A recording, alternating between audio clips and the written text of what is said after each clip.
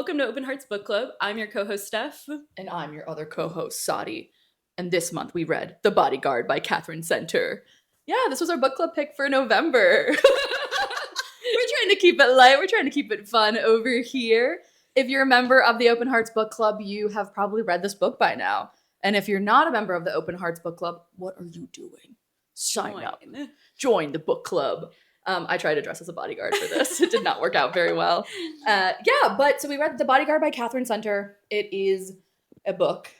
If you're not used to these types of review episodes, what we like to do here is I will start with a spoiler-free summary of the novel to give you an understanding of what we're about to talk about, what the book is about. And then after that, we're going to give our thoughts on it. That will have some spoilers. And then Steph is going to do a full synopsis of the novel. Oh, yeah. And we like to give our opinions on the book.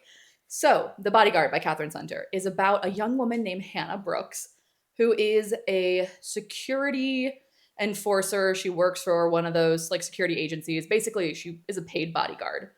I guess all bodyguards are paid, right? I would hope so. I'm volunteer bodyguarding you. I would do it for free. Oh, hey. She has just gone through a really traumatic life event. Her mother passed away, and subsequently 2 other really difficult things happen in her life. And while that is going on, her boss, who doesn't care about her feelings, screw your feelings, Hannah. We're trying to be professional here. Yeah, but is also her mentor, whatever, offers up basically a really exciting exclusive assignment for her. But she's going against her ex-boyfriend. We'll get into that later. And so in order to compete and win this assignment, she has to prove herself on their next case, which is protecting famous Hollywood actor Jack Stapleton. Who we all know. The book tells you that, of course you've heard about this guy. He is basically big Hollywood buff star. Think Glenn Powell. Yeah. I don't know, Tom Cruise? Is that dated? Maybe. And yeah, so her job is to protect him. But his family can't know that he needs protection.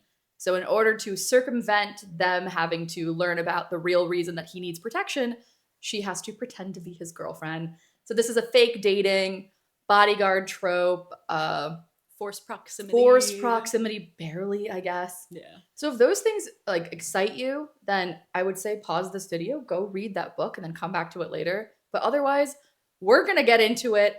We are, like I said before, we're having a little mimosa moment over here. Hey, cheers. Cheers. And this will progressively get a little tipsier. I was going to say, if you see us getting sillier, there's a reason for that. We did read this book for the second time. So this is our second read of the novel. And I think that has influenced us highly. But Steph, what did you think about this book? Oh, yeah. So I give this book a 1 out of 5. However, entertainment value, 5 out of 5. I didn't like having to read it again, admittedly, but it is still just a goof and a gaffe. I have a lot of criticisms for it. One being, we've talked about this a lot in our IRL book club, where a book shouldn't be telling you, it should be showing you. Mm-hmm. And I feel like this book does a ton of telling, and beyond it doing a ton of telling, it almost contradicts itself when it comes to the showing parts. An example of this being, Hannah is constantly described as being really, really good at her job, being a protege at what she does. But then it's every other chapter she's throwing a tantrum. She sucks at her job. Every other chapter she's saying how she's gonna quit the job that she's on. She's very unprofessional. Mm-hmm. Beyond that too, she's described as very serious workaholic character. But then the writing style is very YA 12-year-old writing in her diary. She starts one chapter off with, anywho. Yeah, she starts another chapter off with you're probably wondering what I do for my job because I haven't told you, and that's on purpose because once you know what I do for my job, you'll have all these assumptions and all of them will be wrong. Crazy. If this character's supposed to be serious workaholic, I'm so stoic good at my job, that's an insane way to decide to write the entire book. Her narrative voice does not match the persona she's trying to project. Exactly. And then beyond that too, it just felt the tension, and specifically when I talk about tension in this instance, it's not between the 2 characters, it's the conflict of the plot was non-existent. everything gets resolved almost immediately. And like to the point where it's like, you know, they're dealing with his stalker and like we don't even get to see them deal with his stalker. It's literally him calling her and being like, we got her. And that's it. And then it's like the very end when like Wilbur's there. Oh, it turns out he was just going to kill himself. He wasn't going to kill anyone else. And like she gets shot and she's like, I know instinctively that it's just a graze wound. Like there's, and then like when they reveal like, oh yeah, she's not my girlfriend, she's just my bodyguard. No one's mad at Hannah. No one cares that there's like no one cares. Which is what you would expect in this kind of, at least like some amount of shock and like, oh my God, like we were like some sort of amount of dissonance of we were treating you as if you were his girlfriend and now we're finding out that you were just like this random person that he met. There's like just no tension at all with any very of these little tension instances. with his family and him, of them being like, why would you lie to us in this weird convoluted way? Exactly. Yeah. God. So that's where that's coming from. And I feel like, so obviously it was supposed to be very humorous and lighthearted in certain parts. I wasn't laughing at that. I was laughing at like just the absurdity in which events occur in this book. And we'll get into that. But like, that's what I mean about like, it feels kind of mean of like my entertainment value is coming from how bad it was, insane, like how unrealistic the interactions are between these two characters, and not like when the book is genuinely trying to make you laugh. But I said what I said. Yes. What about you? I think I would give it 1.5 stars. Yeah. I think the book is written well. Like, it's not my favorite prose, it's not my favorite narrative voice, but there is one. Like, she has a very distinctive way that she talks. Yeah. The writing itself is not the worst writing I've ever read. And so, like, just on merit alone, I would give it a 3 out of 5. I did not enjoy the reading experience. So I am on like it was a 1 out of 5 experience-wise. Because we've talked about this before. Not on the podcast, but in our real life, I hate bodyguard romances. And I know that's not fair to go into a bodyguard romance with that idea in mind, but a big part of why I hate bodyguard romances is how unprofessional the bodyguards and the person usually are in these types of situations of this person's life is in your hand and you're going to gamble, or like this is your job and you've decided, well, I'm going to throw that away. There's a book that I read that I had DNF, one of the few that I have, where right at the get-go, the main character like slept with her bodyguard and then decided, oh, I don't want to do this anymore. And the bodyguard was vindictive afterwards. Like that's Rhaenyra and Kristen Cole from House of Dragon. 1,000%. And I went, well, you're both shitty here. Yeah. Everybody sucks here. And so I was expecting that in this book. And that didn't really happen. Yeah. But it still sucked because she was so bad at her job. She's so bad at her job. It kept taking me out of it, where there were these moments where, like you had said before, the cognitive dissonance of she thinks that she is so professional and so put together, but then she's fighting with her boss. She's unwilling to do things that for other projects are really basic. She would, But for this project, she's like, I refuse. That's my line in the sand. I'm not going to do that. And I'm going, this is the easiest thing in the world to do. Yeah. What's the principle here? Because you don't want to be like other girls. You need to be special. Otherwise, why would he like you? Right. And yeah, you don't really get that. And then her and Jack, their romance is fine. It's like you're very normie friend in your friend group who gets herself a normie boyfriend, and they're happy together. And you go, okay, yeah. Okay. They come to trivia every night. Yeah. You make jokes, and then they go back to their place, and they, meal prep for the week. Yeah. Like, that is the vibe I get from them. Fair enough. Yeah. But the final thing is, there were so many moments where the author wants to go from point A to point B. Yeah. And I can see that there's a very straightforward path.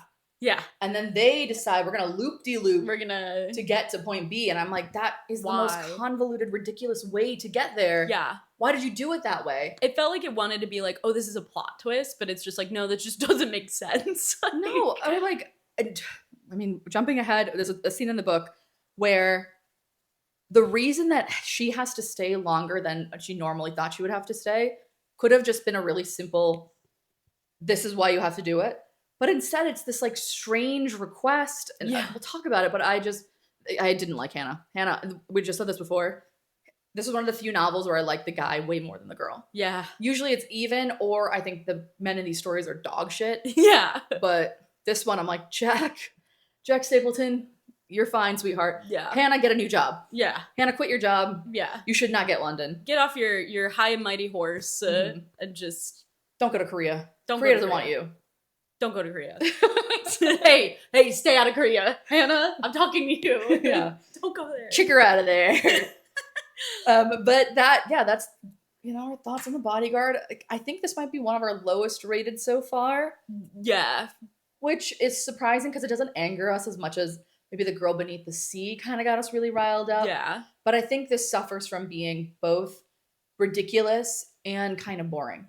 Yeah. And I think it's like, for me at least, it's like this took itself way less seriously than The Girl Beneath the Sea, which is why I get less like angry and more like, haha, this is funny. Yeah.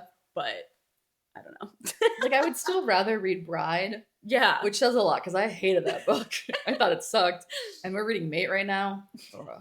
Surprise, shut him. But yeah, I want to... Let's dive into it. All right. Wait, hold on. Let me just make sure everything's clear. Hey, check the perimeter. The bat is flying. We're good to go. Am I the bat? I gotta get flying, cool Hey, one second. Give me a minute. Cheers. We never do this. Yeah, never. Not on this, at least. This is our first time drinking on the pod. All right. We start off this book, complete whirlwind of information about Hannah. We find out, she's very recently lost her mother, and it's because of like her mom was an alcoholic, which, oh no, that wasn't why the one time. Yeah, it's fine. It's really quick. But yeah, it's because she's an alcoholic, and like Hannah was under the impression that her mom had quit drinking quite a while ago, and it turns out not the case. And that's why she ultimately passed, is because she just had too much like liver damage. Relapsed, and yeah, exactly. We find out, Hannah is like, she has lost her mother. She is very much so a workaholic. That's sort of her entire life. She doesn't really do anything outside of work. And where she works, she is dating a guy named Robbie. And she, has a really kind of strange relationship with her boss, Glenn, of like, she's described as kind of one of his favorites, one of his stars, his protege. But then he's just, I don't know, mean. Moving on. It's so weird, man, this intro. Yeah. I know. I was really trying hard to like be like, how do I make sense of this? And I still really struggled with it. So it might be a little choppy up front, fair warning. But so Hannah's mom literally just died. And the next day she makes the insane decision to go, I'm going to go into work. And she does that. And while she's in there, she learns that they're opening an office in London, and right away she is wanting that job because it's, revealed that she uses work as a way to escape.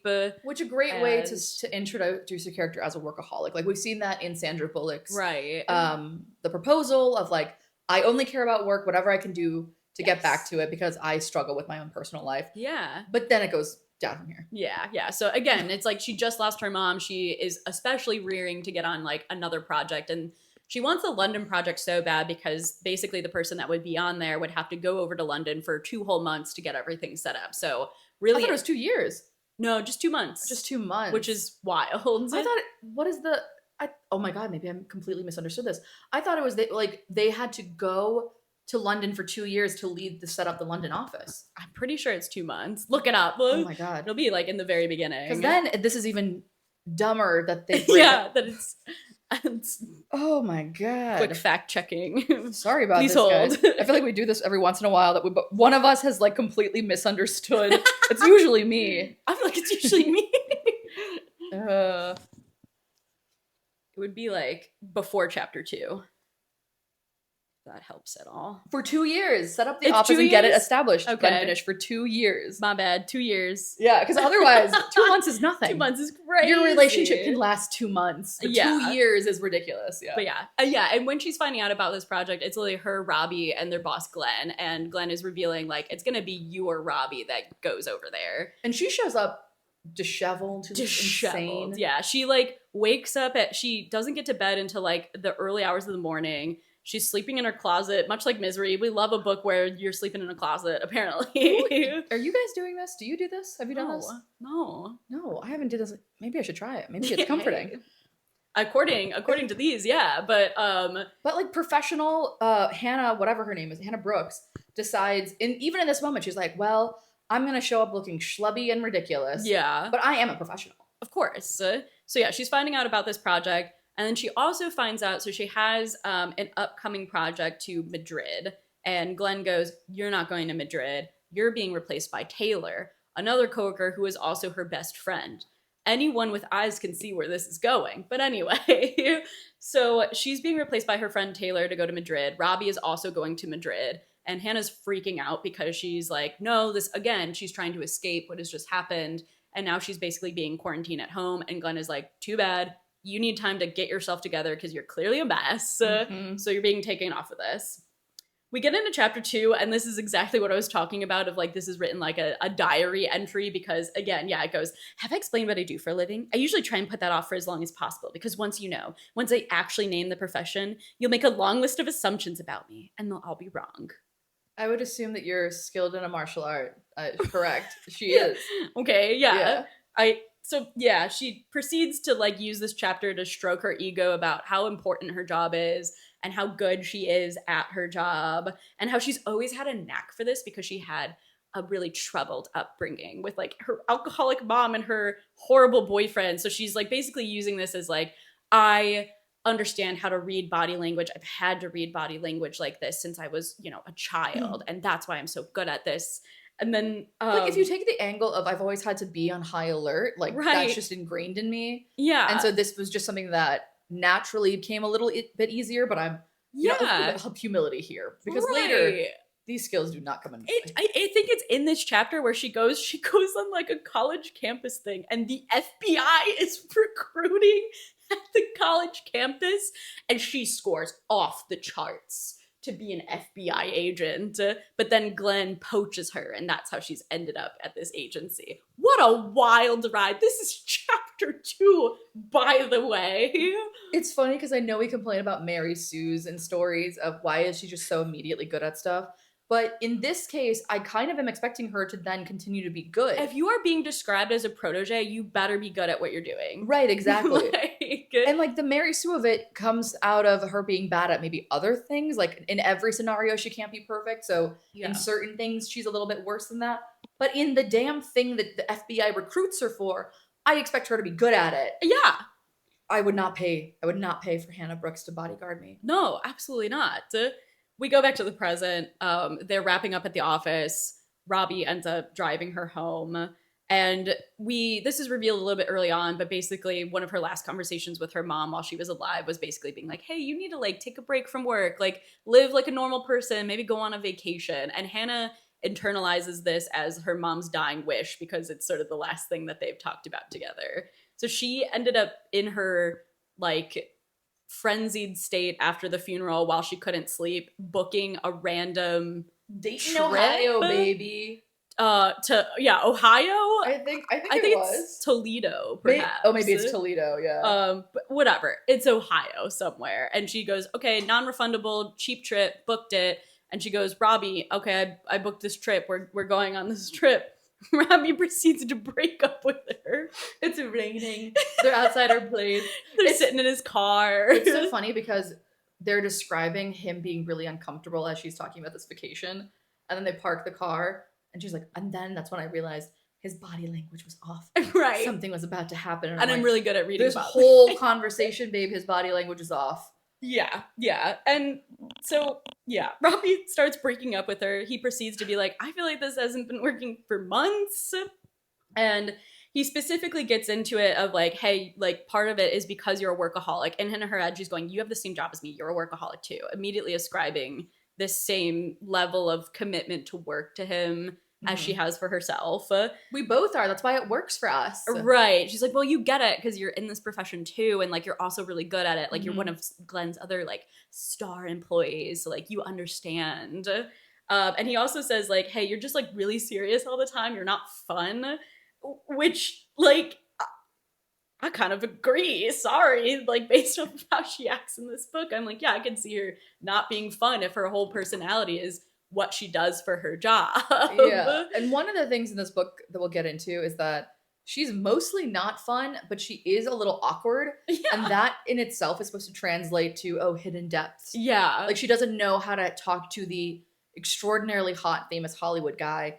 And instead of it just being, she's just kind of awkward or has a social faux pas in this moment, it's, oh my God, she does have the capacity to be silly and fun. Right.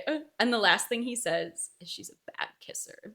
I laughed so hard. I laughed crazy. That's like the thing that we focus on. And during all this, she's like, really? You're doing this the day after my mom's funeral? And I dislike this because we'll get into it a little bit later as we go on, but like, it's clear that like she has not been like really taking this relationship super seriously. Mm-hmm. And when Robbie is saying this and you find out things later on, I feel like, to me, I go, okay, it makes sense why he didn't want to continue to be in a relationship with her. But instead of it being this nuanced situation of like, yeah, neither person is necessarily like right or wrong in this moment, it is just fully turned Robbie is this asshole villain in the book. And that's with a lot of the characters in this book. I feel like it's either like they are objectively good character or objectively bad character. The only one character we get a little bit of gray area with is like Taylor, but even that, it's still like, it's so what I need it to be. Poorly done. But I agree with you where the author is too scared to make Hannah have actually made mistakes in her life. Yes. And so, and we've seen this time and time again with a lot of these books, where instead of just giving the people around her grace or giving yourself grace and going, yes, that was on me. I was not a good participant in a relationship. Yeah. What we were doing was not actually two people growing their life together. It was just two people living side by side. Mm-hmm. And those are my own issues that I need to work through. Yeah. She is completely vindicated by the end of the book. She's like, yeah, he was he did suck. Yeah. And like, yeah, and it's also like there's not that reflection on Robbie's end either of like, yeah, I recognize that like me breaking up with you at this moment was not a good call for me.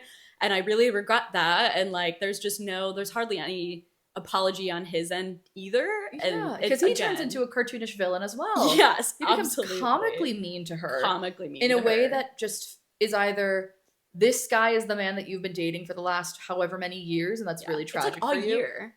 Oh yeah, that's true. It's been a year. 1 year. Which I get it. You can be deeply in love with somebody after only 1 year. Yeah. But at the same time, the fact that Hannah and Robbie just have no growth or reflection within their, like at one point, I think it's a chapter later where she's talking to a different character and she's like, he leaves everybody. He's always the dumper and never the dumpy. Mm-hmm. I'm like, so you knew that about him. But you still... Yeah. And I want to save it for later. I know we're going to talk more about these two, but their relationship lacks so much nuance. And I'm not asking for any... We don't need to have a great like Sally Rooney moment of deep reflections between two characters in this rom-com. Sure. But even the proposal does it. Like Sandra Bullock's character isn't vindicated. Mm-hmm. I'm going to be comparing it a lot because the vibes of this really reminds me of that. Oh yeah, totally. Very similar. Also, I'm going to be bringing up a bunch of like lovely lines from this book. And one of the things is like, Hannah is very proud of having dated Robbie. She fully is just like, yeah, he's like the coolest person I know. And when she was able to introduce him to her mom before her mom passed, and her mom goes, he looks like an astronaut. What the hell does that mean? What do you mean? She's like, and then she goes, and she was right. He does look like an astronaut. Huh? What? Huh? What? It would be one thing and it would make sense thematically for this novel if her mom was like, he looks like a movie star. But also just in real life, are astronauts the hottest people? I'm going up to you and I go, oh my God, that guy, he looks like an astronaut. I'm going to describe hot people like that. He could be an astronaut. He's that hot. Well, maybe he's so hot we can't keep him here on Earth. We need to shoot him off to the moon. She's got like an Earth supremacy mindset where she's like, oh, they only hire hot people because if an alien meets them, we have to show the best of the best. Obviously. And so clearly Robbie, Buzz Aldrin, and Neil Armstrong are really doing it for his mom. Yeah. So or her mom, sorry. Also, I don't even know she's a fictional dead woman, but name 3 astronauts. You just did. Well, I did. Name the third one. Yeah, I was struggling after Buzz Aldrin, honestly. I used to know the names of a few female astronauts. I was an astronomy major. Oh, yeah. If anyone cares. If anyone wants to ask me about these things.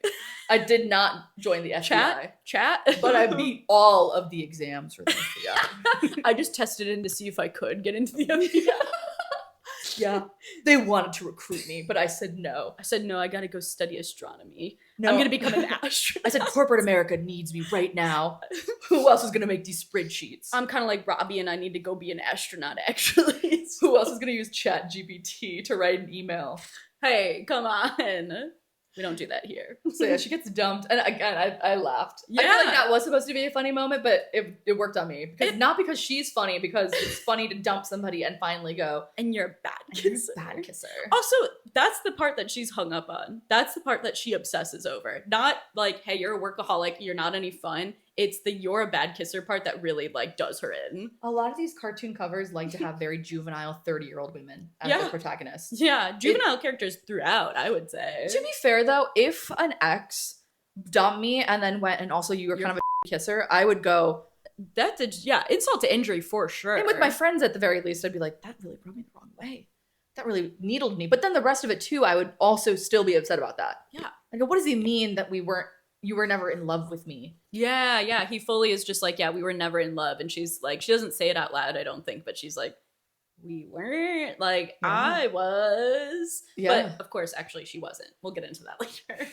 But yeah, so that happens. A month goes by. Robbie and Taylor go off on their Madrid trip. Hannah fuming about the breakup, again, specifically about the bad kisser bit.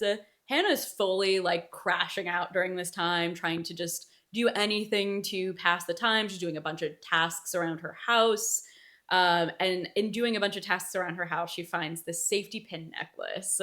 And it seems like a really small little detail, but it becomes like a running thread during this book. And it's the safety pin necklace that she made for her mom when she was 8. And she never got the opportunity to give it to her mom. She thought it got lost. And then as she is cleaning things up, she goes into her mom's jewelry box and she finds a safety pin necklace. And she ends up wearing it for the rest of the book. Sweet. I meant to make that necklace. I completely forgot. Because I have a safety pin and a bunch of beads. Dang. Hannah returns to work after this crash out. Taylor and Robbie are back from their assignment, and Hannah is now being promised a new assignment, which is why she is now back in the office. We meet Taylor, who again is her best friend. We are being told that she is her best friend. They almost never interact during this book, but here's our first interaction, and it's just so bizarre. We're told that while Taylor's in Madrid, she has called Hannah a few times. Yes. And she's helped Hannah through the breakup and through her mom's Yeah. death. But we are not privy to those conversations. We're just told that. Yes, exactly. And it's, Hannah just, again, amidst her crash out, has been calling Taylor, crying about Robbie, her mom, what have you. Mm-hmm. But yeah, they have a very bizarre interaction where Hannah keeps comparing herself to a shark, of how she's like, like sharks, I need to constantly be moving, and like my gills need, because she makes a reference to her boss earlier about being a shark. So I'm assuming it's just they're making a hee-hee-ha-ha inside joke about. It's still so bizarre. Like, they're talking about this, and then, Glenn walks into the room, and he's like, hey, enough, you two. And Taylor goes, she's a shark. Okay, whatever. Yeah, again, though, we do find out, obviously, there is some sort of bond because Hannah is comfortable enough calling Taylor and being vulnerable and crying to her over the phone. We made a whole other cast of characters in Glenn's agency that don't really matter. I'm not even going to bother to really name them off because they are so inconsequential to everything that happens in this book. Yeah. But Glenn starts their meeting announcing Hannah's new assignment. And her new assignment is that she needs to protect famous actor Jack Stapleton. But Hannah's not like other girls. Kelly, her other coworker, who is one of the inconsequential characters we won't really mention. We love Kelly. She's not excited about this project. She's not excited about having to be around this super hot movie star because it means she's stuck here in Texas. I mean, all of her coworkers are like shocked. Even the men. They're not like, oh my God, how exciting. But they're like, oh, Jack Stapleton. Jack Stapleton? A big name star? Because they're used to protecting like really incognito tycoons who are not that interesting to be around. Exactly. They're saying like, oil barons. Yeah, exactly. Saudi Arabia folks. Yeah. Usually not a movie star. Usually just some rich dude or she's woman. Trying her best to sit there and go, who even cares about Jack Stapleton? Yeah. She cares so she much cares. about Jack Stapleton. We get a very brief lore dump about Jack. So he is currently... He was in my favorite movie, The Destroyers. And actually, in the Destroyers, it was kind of iconic because you've never seen a man cry before. Oh yeah, Except for in this movie, the Destroyers. The Destroyers. Yeah, when He he's is really destroying. famous for he's really famous for being the Destroyer. But we know that he is dating another celebrity. Her name is Kennedy Monroe. The name. Two presidents? That's too powerful. Too powerful. She comes back later on. He had a younger brother, Drew, who has tragically passed away in a car accident 2 years ago. Rip Drew. And yeah, Sadhi's boyfriend is Drew. It's not that Drew, we swear. But yeah, his younger brother, Drew, died in a car accident 2 years ago. And ever since this accident, Jack has stepped out of the limelight, has not been continuing to make movies. And no one knows what happened during this accident. Yes, no one knows the details. Kelly tried to look into it. Yeah, Glenn's agency included. But they do know that Jack was in the car with Drew when this accident happened. There's been rumors going around about Jack having been the one that was driving and Jack being intoxicated while he was driving. And again, because we know these novels, obviously he can't be the bad guy, but wouldn't it have been so much more interesting if he was the one driving? Also, like, did no paramedics came to the scene? Because usually if there's a car accident, they will go through everything, and if they suspect that you've been drinking and driving, you just jump into the other seat. They'll breathalyze you. Like, they'll do a test to make sure. He's got a really good set of lawyers that lock it down, I guess. Because, yeah, like any other instance, if this happened and they suspected alcohol being involved in this, it would then become a case of manslaughter. So they would have to breathalyze him. Whatever. We shouldn't be looking. You know what? DUIs only matter if you're a pop star from the 90s. But if you're, Jack Stapleton from the Destroyers, he's too powerful to touch. Powerful, yeah. But we do know something happened because ever since this accident, Jack and his older brother Hank have become estranged. Jack is kind of described as estranged towards all of his family. It's known that he doesn't really interact with them anymore, but specifically him and Hank, it's really bad. Mm-hmm. But Jack is back in Texas because his family is here. And we find out that his mom was diagnosed with breast cancer and she's undergoing her surgery for that. So he is back to be there for her during this time. Jack isn't the one hiring security. It's his agency, I think? Yeah. The studio. His team, I think I just wrote down, but yeah, the studio. And they're hiring security because he does have stalkers, and specifically has a pretty intense stalker that is in Texas. And also he's on a contract with them still, so he to them is an asset. Exactly. So they're protecting their money. Absolutely. They find out that his stalker is a woman, and that relieves them because women stalker don't tend to kill people. As we are in Texas, where Selena was killed by her female stalker. I think Aaron was the one that specifically pointed this out in our IRL book club. What are you talking about? Also, I feel like You're in Texas, girly.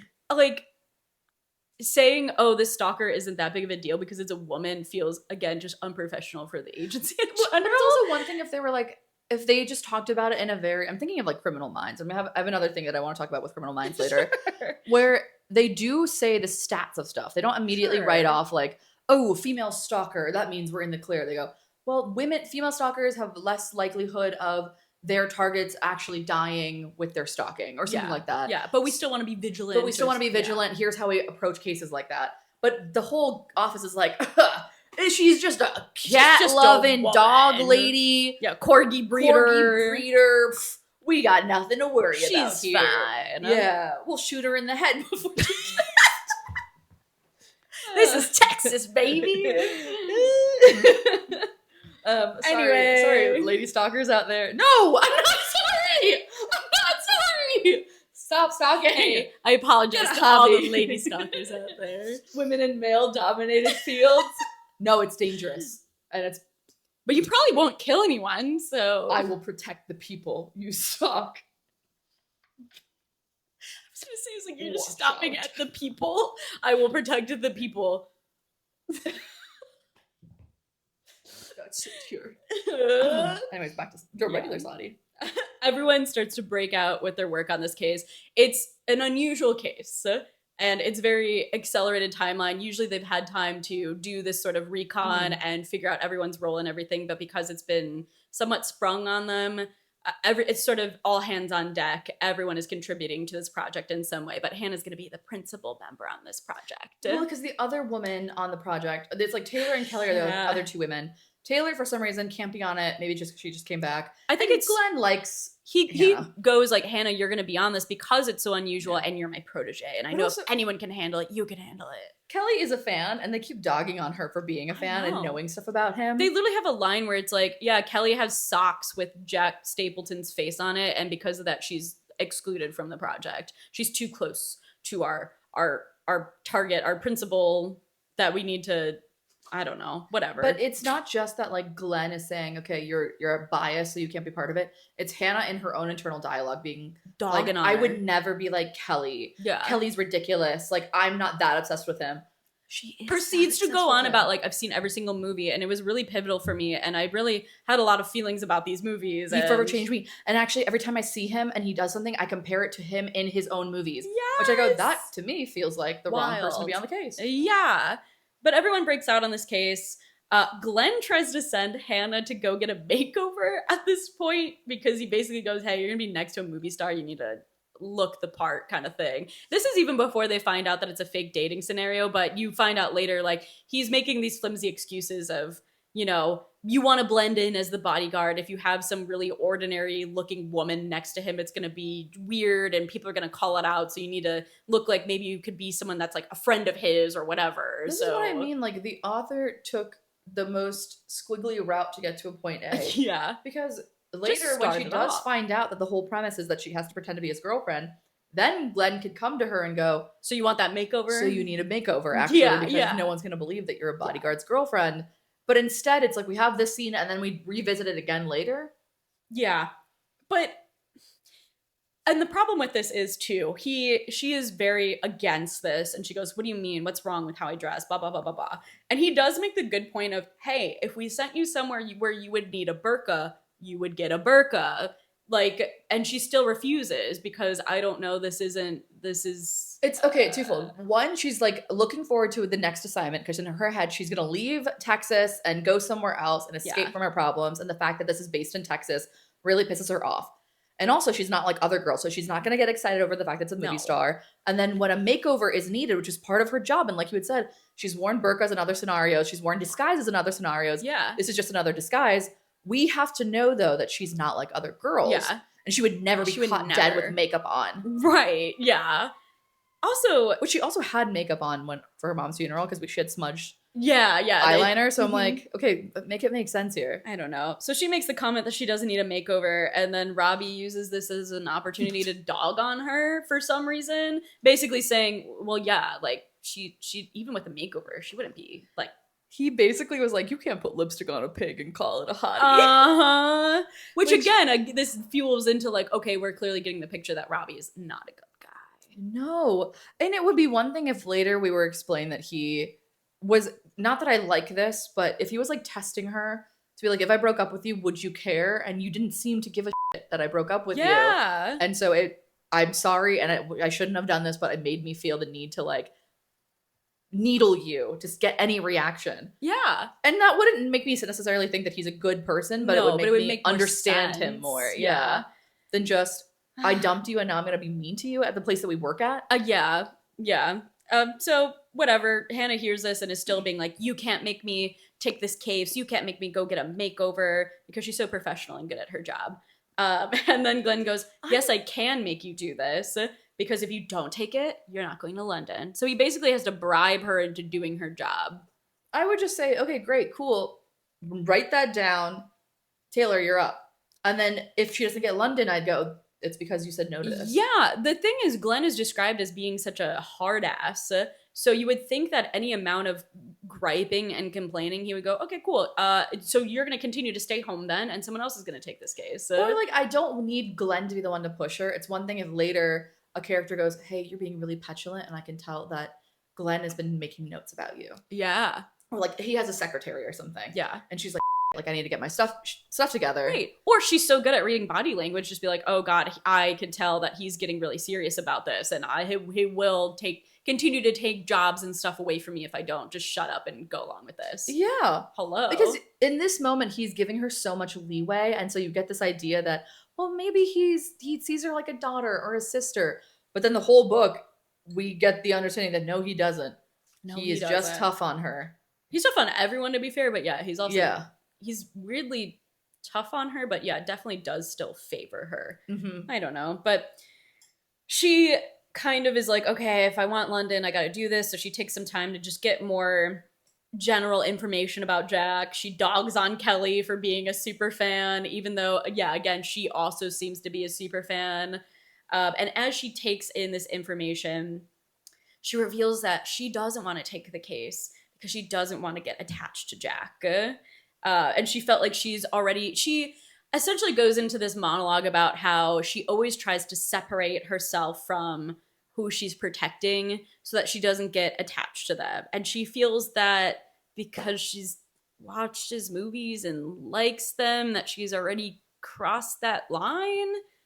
Truly, that's the reason, where she feels like, well, I've seen him in these movies and I feel like I see him and know him as a person because I've seen him in these movies, which feels crazy because then that's a character. To your coworkers, you say, just like Kelly, I too am a big Jack Stapleton fan. I've seen all of his movies. I care about him deeply. Yeah. I think I might not be the right person for this case. I'm not trying to excuse myself. Right. I'm just giving you the information. Or use that, like, because she doesn't want this as a case, use that as a reason why I can't take the case actually because I'm actually a really big Jack Stapleton But she can't fan. admit that because then she is just like other girls who have crushes on movie stars. But she's at Jack's house now. So it's the next morning. She's showing up for an intake meeting with Jack. And in classic fashion, she knocks on the door and he opens it and he's shirtless. Hell yeah. They briefly chat. He brings her inside. They start talking more. And he's assuming that she's the housekeeper. Of course, because we needed a moment to be like, she needs to prove herself as a bodyguard. Because no one suspects she's a bodyguard. Yeah, so he thinks she's the housekeeper. She goes on to explain, no. I'm part of your security detail. And he replies, nope, don't have a security detail, and kind of grabs her by the elbow and starts guiding her back towards the front door to, like, re-kick her out of his house. What if she was his stalker? He's so dumb. I know. No questions. Just, oh, yeah, come on in. Whatever. Well, we do find out he definitely doesn't take his stalker seriously. But, so he ends up finally calling the studio to clear things up. And clearly upset, starts arguing with them on the phone about how he doesn't need a bodyguard, how he thought they agreed against this, whatever. But finally, he ends that phone call begrudgingly. You know, she's here already. It's already done. He can't really do too much about that. So they go back inside. Hannah starts her introduction. Jack's only half listening. He's on his phone scrolling as she's talking, and that makes her upset. We find out he's a pretty low-level threat. They have these different colors of, like, white, yellow, orange, and red as their different threat levels, and he's at a threat level white. He's gonna be at a threat level midnight, though, very soon. Our code names. It's an Office reference. Have you seen The Office? No. Yeah. Oh, yeah. But, I mean... It's Michael Scott's movie is Threat Level Midnight. Oh! Incredible. He's in that movie as the Destroyer. He's Michael Scott. Did you want to pour yourself anymore? Yeah. Let me finish this up. Yeah. So low threat level. They're really confident that everything's going to be okay. But as punishment for him being on his phone and texting, she goes, okay, you have a code word. Like, if you're ever in trouble, you say this to me and I'll know that you're in trouble if you need to be discreet. And she goes, your code word is going to be ladybug. And he goes, can it be something cool like cobra or beast mode?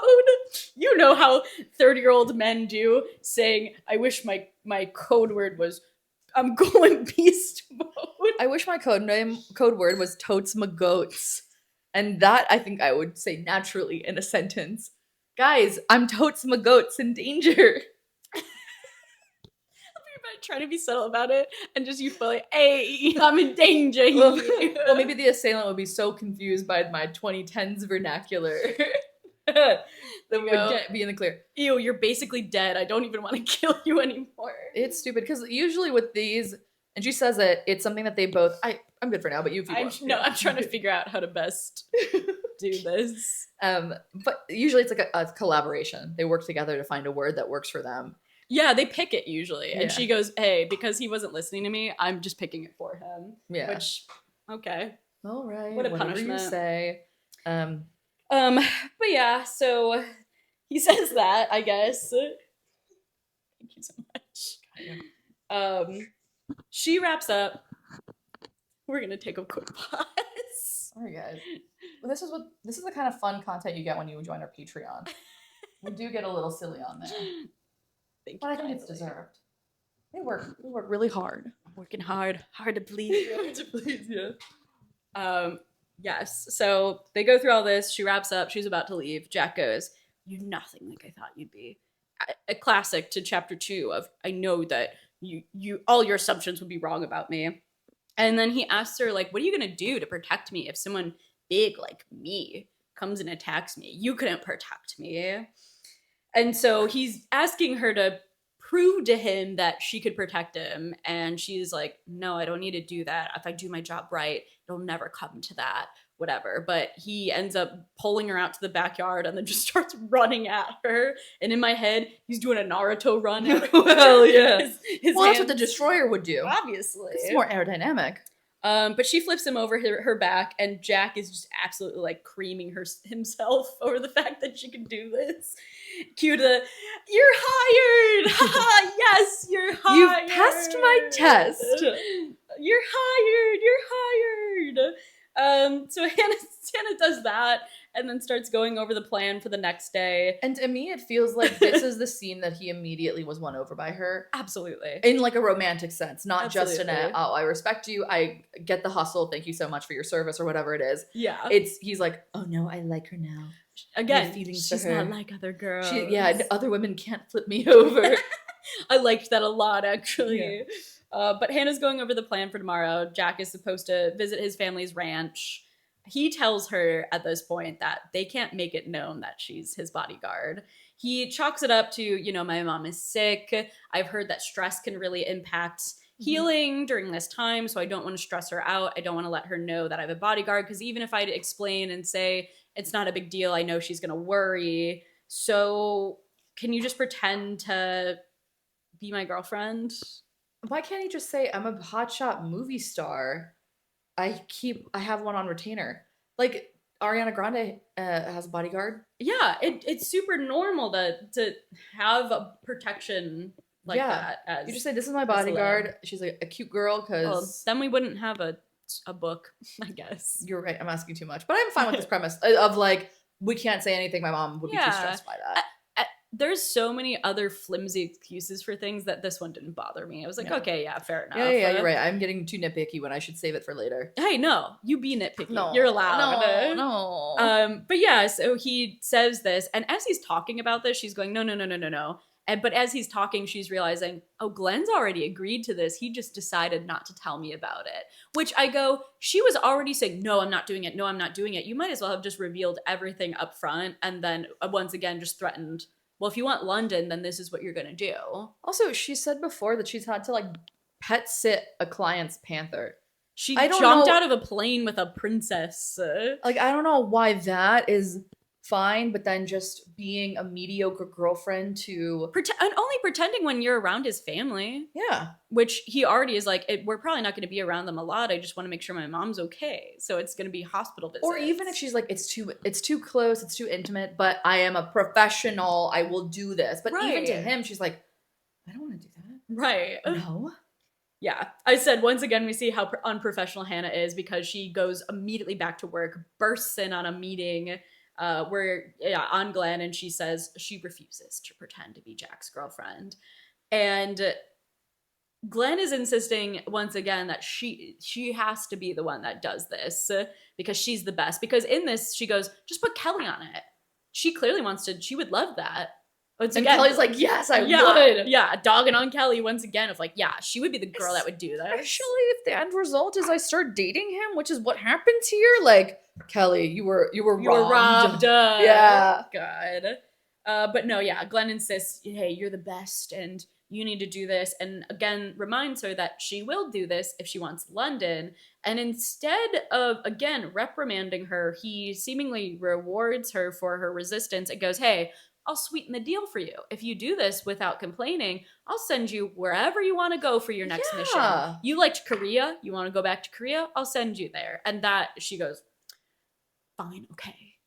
Or like is starting to like become more warm to the idea. I don't think she's agreed just yet. It would be so much better if he just went, okay, fine. And then was about to give it to somebody else, and then she realizes, oh, this is my fuck up. Actually, no.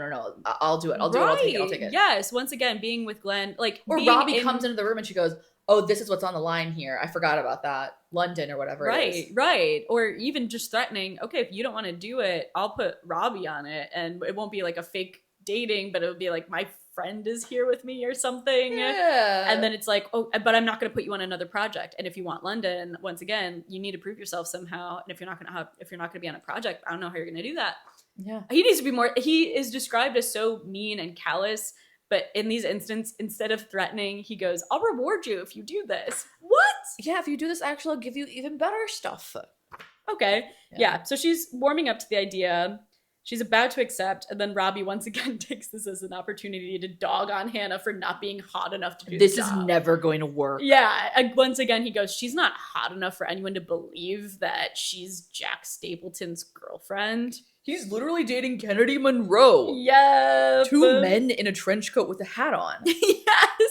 And Hannah gets angry at this point, which she should. I would also be like, what are you doing at this point? And she drags him out of the room into the hallway. And as she's yelling at him, the elevator dings, and who shows up but Jack, of course. And he gets on his knees and begs Hannah to be his girlfriend. And she's going, okay, I see his acting prowess. I know what he's doing, but I'm agreeing to it. And of course, it's just like a moment of, she doesn't acknowledge it as a moment of vindication, but it's like clearly this is being used to throw it in Robbie's face that Jack himself is here to personally beg Hannah to pretend to be his girlfriend. I don't understand why. Yeah. I get it. It's a rom-com. We're doing a silly bit. We need to have these like dramatic scenes. But wouldn't he just like call Glenn and be like, hey, I had this convo with your person. I wasn't sure if she was going to do it or not. Why is he showing up What's in person? The plan here? Yeah. How does he know where they're based out of? I mean, I think you would have that information. No, I don't think he should have any of it. He barely learned about it then. But yeah, it's like a wish fulfillment moment in this. Yeah, totally. We're fast forwarding to the next morning. They're on their way to visit Jack's parents' ranch. They're rolling up to the ranch, but they don't make it fully to the ranch because they run into Hank, his older brother, who he has tension with. I do love a farm, though. Yeah! My grandpa had a farm, and it was always really lovely going back home to it. I think the author also said that this ranch was based off of her own grandparents' ranch. Oh, that's lovely. So, really nice little detail there. But they get to the ranch, they run into Hank. Jack gets out of the car. We see very quickly they're obviously not on good terms. Well, she's really good at reading body language. She goes, I can't really hear exactly what they're talking about, but they're clearly bickering with one another. I think she does hear at one point, Hank goes, hey, mom's not up for visits. You need to get out of here. And Jack goes, is that you telling me that? Or is mom saying that she's not ready for visitors? But all that gets cut short because a cow comes up to the window and licks Hannah and she screams. And Jack comes running over to her and then proceeds to laugh so hard he cries because he discovers she's afraid of cows, which is kind of ridiculous. First of all, she's not afraid of cows. She's just startled because she wasn't paying attention to her surroundings, which is what a bodyguard is supposed to do. She double downs on it like so hard where she goes, well, there's just so much bigger in real life than I ever thought there were going to be. And it licked me. It was trying to bite me. What are you talking about? Just, yeah, be like, I just was startled and now there's so many of them around us, whatever. But that's what I'm saying. She's bad at her job. Like, she wasn't paying attention to the surroundings. She was enraptured with the scene in front of her. Right. And so when a cow shows up and, like, startles her, it's embarrassing to admit that in front of a client. And then when he comes back, yeah, she's doubling down. But she's, in my head, again, a person who is a stoic bodyguard who's professional is going, no, everything was fine. My apologies. Yeah. Continue your conversation. Or I would understand it more of like, I wasn't afraid. Like, we're getting into an argument about that rather than like, well, of course I was afraid because the cow attacked me. The cow attacked me. What? And then there's like cud in its mouth. Yeah. And he's like, ew, it's disgusting. It licked me with its green tongue. And he goes, their tongues aren't green. It's cud. And she goes, ah. Which later we meet Kennedy Monroe. We learn about her. And she is your stereotypical celebrity princessy. Mean girl. I would never. And this moment is what I would think a girl like Kennedy Monroe would react to. Of like, oh my God, it tried to attack me. It tried to touch me with its because green it's tongue. Hannah, charming and hilarious. Yeah. I would have, you know, like if she did get the makeover and he saw her as like kind of a ditzy, whatever stereotype, and then this reinforces that for him. Funnier and better storytelling that way. But whatever. Okay, yeah, they get sorry, lost my place. Sorry. No, totally fine. They get back to Jack's house, like, so not the ranch anymore, but back to his house in the city. The rest of the team has basically set up at his house currently to set up a bunch of security cameras while they're there. And Hannah begins standing watch outside his door. He's like poking out and being like, "Do you want coffee? Do you want this?" And she goes, "No, I'm doing my job." Yeah, I'm on duty. I'm on. Stop distracting me. Towards the end of her shift, Robbie and Taylor show up, and they guesses if you think something's happening between Robbie and Taylor. Is it obvious yet? They show up. They start going, okay, we're gonna go look over the garden. He has like a really big garden in the back, so they're going to surveil that. But they end up taking a really long time. And Hannah goes, I wonder what's keeping them up. And because they have a bunch of security cameras set up, she goes over to see what like is going on the surveillance cameras. And she sees them kissing. Who could have guessed? I hated this choice. Yeah. I really hated this choice. It felt...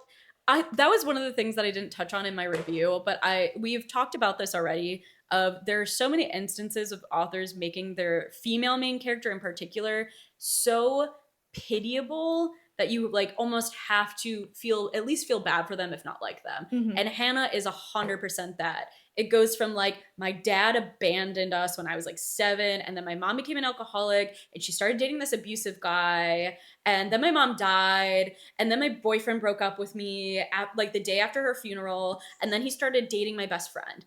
Pickle Lane, mm-hmm. Come on, enough. Like, it just annoys me at this point, where if you have to do this to make your character likable, then you're not writing your character well. And like the vindication of, oh, my best friend was also a piece of too. Yeah. And I could trust nobody in my life. Yeah. She does say at one point, like, all 3 of the most important people in my life were ripped away from me. My mom, Robbie, and Taylor. And I go, you only have your mom, your boyfriend, and your one friend. That's all you got. Well, probably because you're a dick to everyone else that you talk to.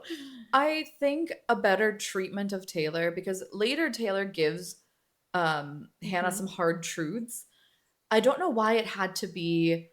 Well, I know why. We don't want Hannah to be a bad person. We don't want any sort of gray area in terms of Hannah's moral character. Yeah. But it's more interesting to me if her friend during the Robbie breakup was almost sympathizing with him, of like, hey man, I'm sorry. Like, I know you just went through the death in your family, but I think he has a point. Like, I think you're unnecessarily angry. Yeah. Because friends do fight about that. Also, and then relate it even to, like, their own friendship with one another of, like, obviously not the same, like, platonic versus romantic love, but, like, some of the things that he was saying I also feel in, like, my relationship with you.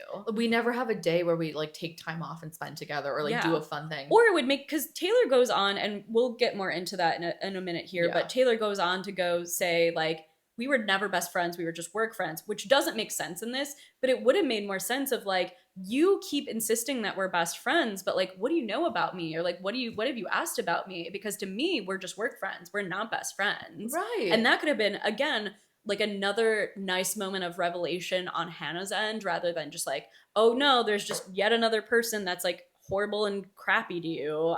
Yeah, kind of what we were saying with Misery and, I think of her name, Serena of, I wish that Misery had actually done something wrong to warrant their fight, and not just, well, I kind of don't want to hang out with other people. Yeah. In this case too, I wish that in Taylor kind of confronting Hannah doubles down, and it's like, no, I've always been a really good friend to you, and the fact that you're saying this is actually really right now. Right. And same thing that she did to Robbie of like, my mom just died, it's really shitty that you're doing that to me. Yeah. And then later looks back and goes, both of these people that I really cared about were telling me that I was emotionally distant in our relationships. Yeah. What does that mean? Mm-hmm. Because then Taylor can go, fine, if that's how you feel, then we're just people who work together. Let's not be friends. Yep. We don't have to make it so that Taylor is now sleeping with her ex-boyfriend? Yeah.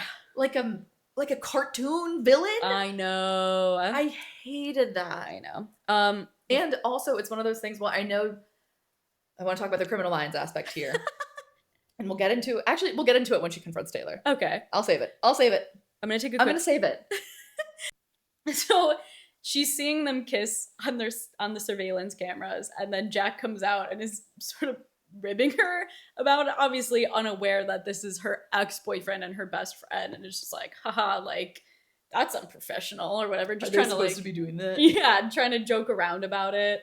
Hannah is like crying, bewildered, can hardly speak. So obviously it doesn't take long for him to go, oh God, something's happening here, obviously. Shit. Yeah. She's going on about like, she has like this internal monologue going on where she's going, I can't let him see me like this because the principals aren't supposed to know me. They aren't supposed to get close to me. So she starts walking away to her car. But of course, before she leaves, Robbie runs into her and goes, hey, we need to talk.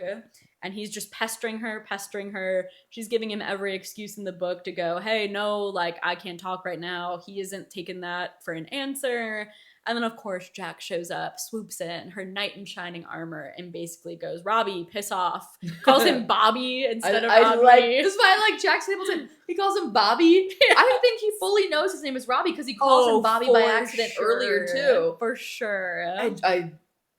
But yeah, tells Robbie to piss off and then drives Hannah home in her own car. She's like, how are you going to get home? And he goes, it's fine.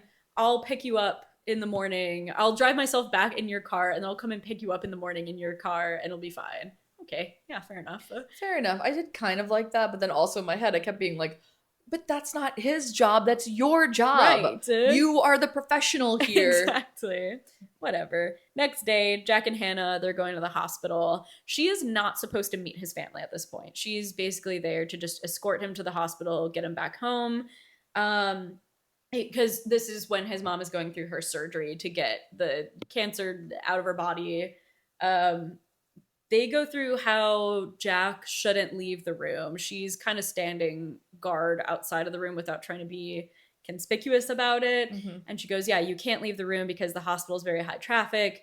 They're trying to put off people knowing that he's in Texas for as long as possible, because once more people start to know that his threat level rises, because there's more likely that his stalker will then obviously know that he's in Texas. That makes sense. Yeah, totally.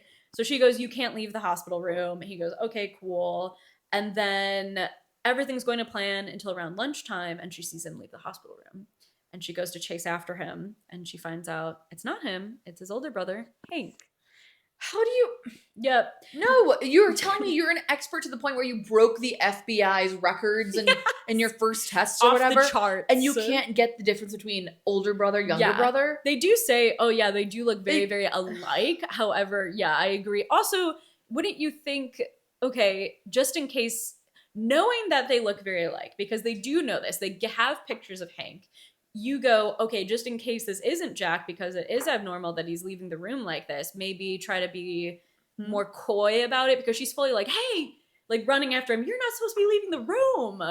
So being very obvious. Or you're a body language expert and you can't tell the difference in body language between this guy who's kind of uptight and then the brother who's super chill and relaxed, like Jack is. Yeah. But no, she mixes the two of them up. But yeah, they end up chatting for a bit. She somehow smooths it over. He's really nice to her. Yeah, she introduces herself as Jack's girlfriend, and he goes, oh, yeah, right, the girl who screamed about the cows, because she was in the car during that time. He did clock her. And he goes, oh, yeah, like, are you here to see our mom? And so now she does have to meet the family, even though that was not the intention for today. No. She gets in the room. Obviously, Jack can see she's very nervous because this was not going according to plan. So he is on queued up, ready to go, acting mode, goes and plants a big old stage kiss on her to be like, oh my God, hi babe, you're here. And then gives her a nuggie. That's so good. He does this a lot, and it's really teenage boy. It's very Folgers commercial. Do you know what I'm saying? Oh, my brother's coming home from the military. Yeah, where it's like, haha, it's so silly that you're here. But what if we kissed? Is it like the way I would describe their chemistry? Yeah, totally. Which is not what I want.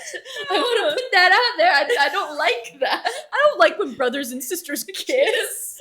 Oh god, I'm looking at you, Cassandra Clare fans. But yeah, his parents, of course, immediately smitten with her, immediately like her, even though she's done absolutely nothing. Oh, sweetheart, I like your behavior. You're real nice. Yeah. Oh, she's a keeper.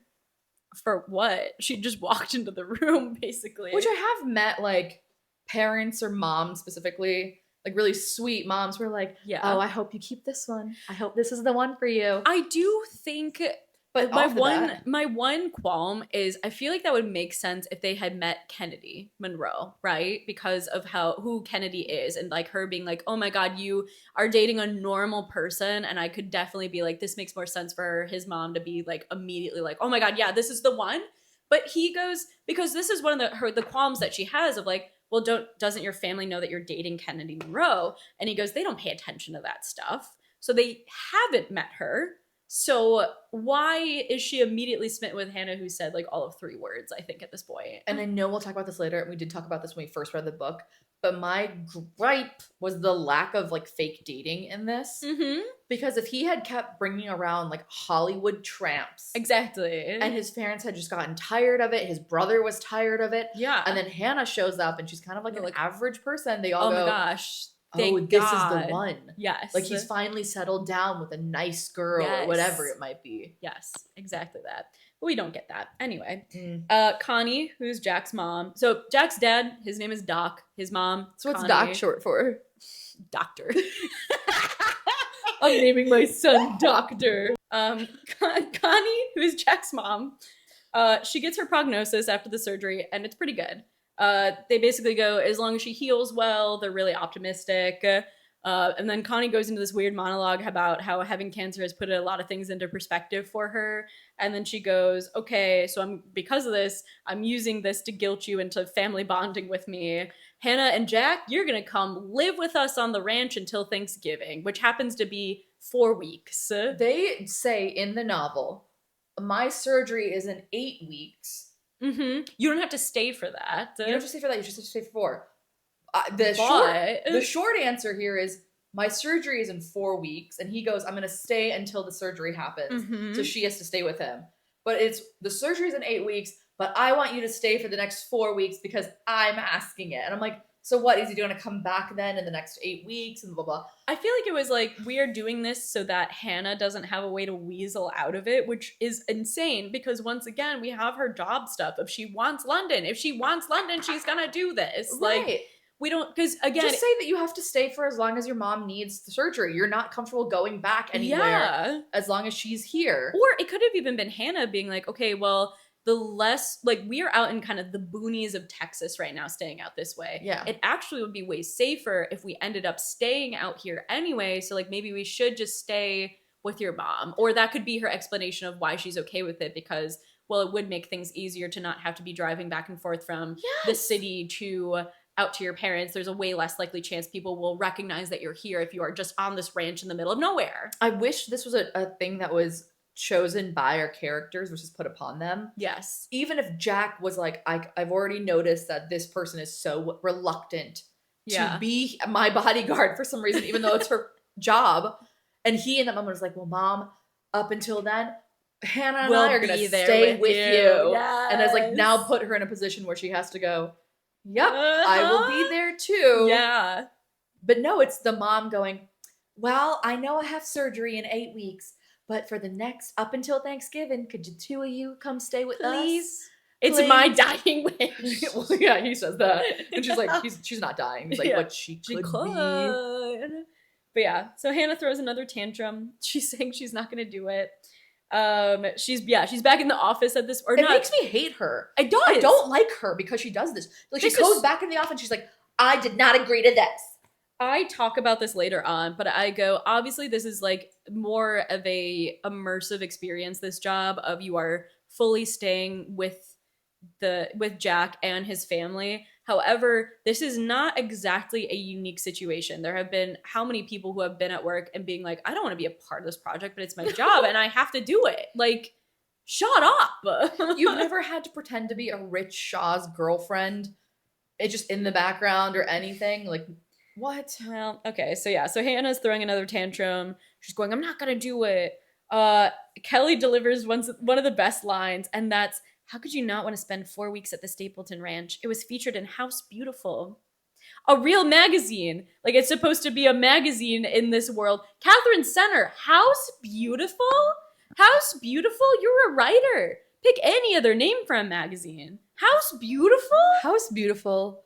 Not even Beautiful House? Like Garden Green. What are we talking about? Girl good looking. I don't know why this made me so mad, but it made me so mad to be like, House the Beautiful. magazine, House Beautiful. What are we talking about? Okay. Hannah concedes after once again being reminded of London, and I go, okay, you said if she did this without complaint, she could go to Korea. She has complained again. Why are you not taking Korea away? Do this as like a warning of, hey, I told you that if you did this without complaining, you could have Korea. You complained, I'm taking away Korea. And then once again, it sort of adds fuel to, okay, I really do have to do this if I want London. There's no repercussions for her. Right, and then if you do, if you say no to this, if I take away Korea and you still say no, then duly noted. Yeah. This will have repercussions. Yes. And she goes, okay, fine. I'll do the damn job. No. Okay. So after all this And is also, so far, it's been an easy job. she's had to It's been so easy. bring him to the hospital. That's it. Yeah. Okay. She got attacked by a cow. And then, had to go to the hospital. But Yeah, that's it. What? Okay. But so after all this is decided, once again, she's like, fine, I'll do it. Whatever. She I'll runs. do it because it was in House Beautiful. Kelly, you're right. Kelly, you're right. She runs into Taylor and confronts Taylor. And Taylor confirms, yeah, she was kissing Robbie. And it actually all started when they were in Madrid. And Hannah's like, I was calling you crying and you were fucking my ex-boyfriend. And once again, this argument becomes just another like pity point for Hannah. Right, because in this argument, Taylor does say, I was never your best friend. I was just your work friend. And the fact that Taylor's argument is, well, yeah, you called me crying about the breakup, but like my relationship with Robbie was just physical at first, and it was by accident, and you guys were broken up, so it wasn't cheating. But yeah, also he never loved you because you wouldn't let him love you. That's her argument. That's I do like crazy. that Hannah notes that Taylor in this argument keeps saying we. Like, we never meant to hurt you. And I was like, ooh, what a good detail. Yeah. That you picked up on that. Yeah. I thought that was great. But it is very much giving Low Moreland when he what's her name? Misery. And then comes on her back, dripping down her back as he tells her, I'm not your mate. And then fully lies. And then leaves. Yeah. It's that kind of thing where I go, okay, after Taylor does this to you, how can you ever come back to that? This is unforgivable. This is an unforgivable act. But it's once again, it's just like, this is just yet another instance to be like, oh my God, look at pity for Hannah. Because, yeah, again, later when they do sort of reconcile, I'm like, no, that shouldn't even be a possibility. No. You are sleeping with my ex-boyfriend who I just broke up with like maybe 2 days ago. Who broke up with me a day after my mom's funeral, and then I called you crying and miserable about it. And your explanation is, we didn't mean for this to happen to you. I would have punched her in the face. I'm sorry. I would have. Absolutely.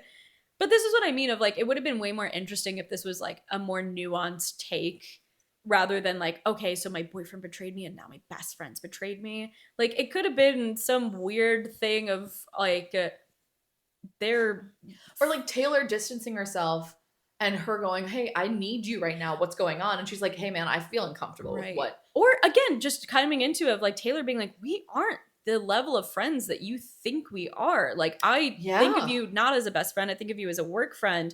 And it's awkward for me that you keep coming to me with these like emotional things when like we don't have that relationship, and like I don't feel bad about doing this because you and I were never close. I am just as much a friend to you as I am to Robbie. Exactly. So I'm in between the two of you, and it feels uncomfortable. And she's going, well, I thought you were my best friend. She's like, and that's where, but no, because it is really contradictory. Because Taylor during this is saying how she doesn't want to lose Hannah.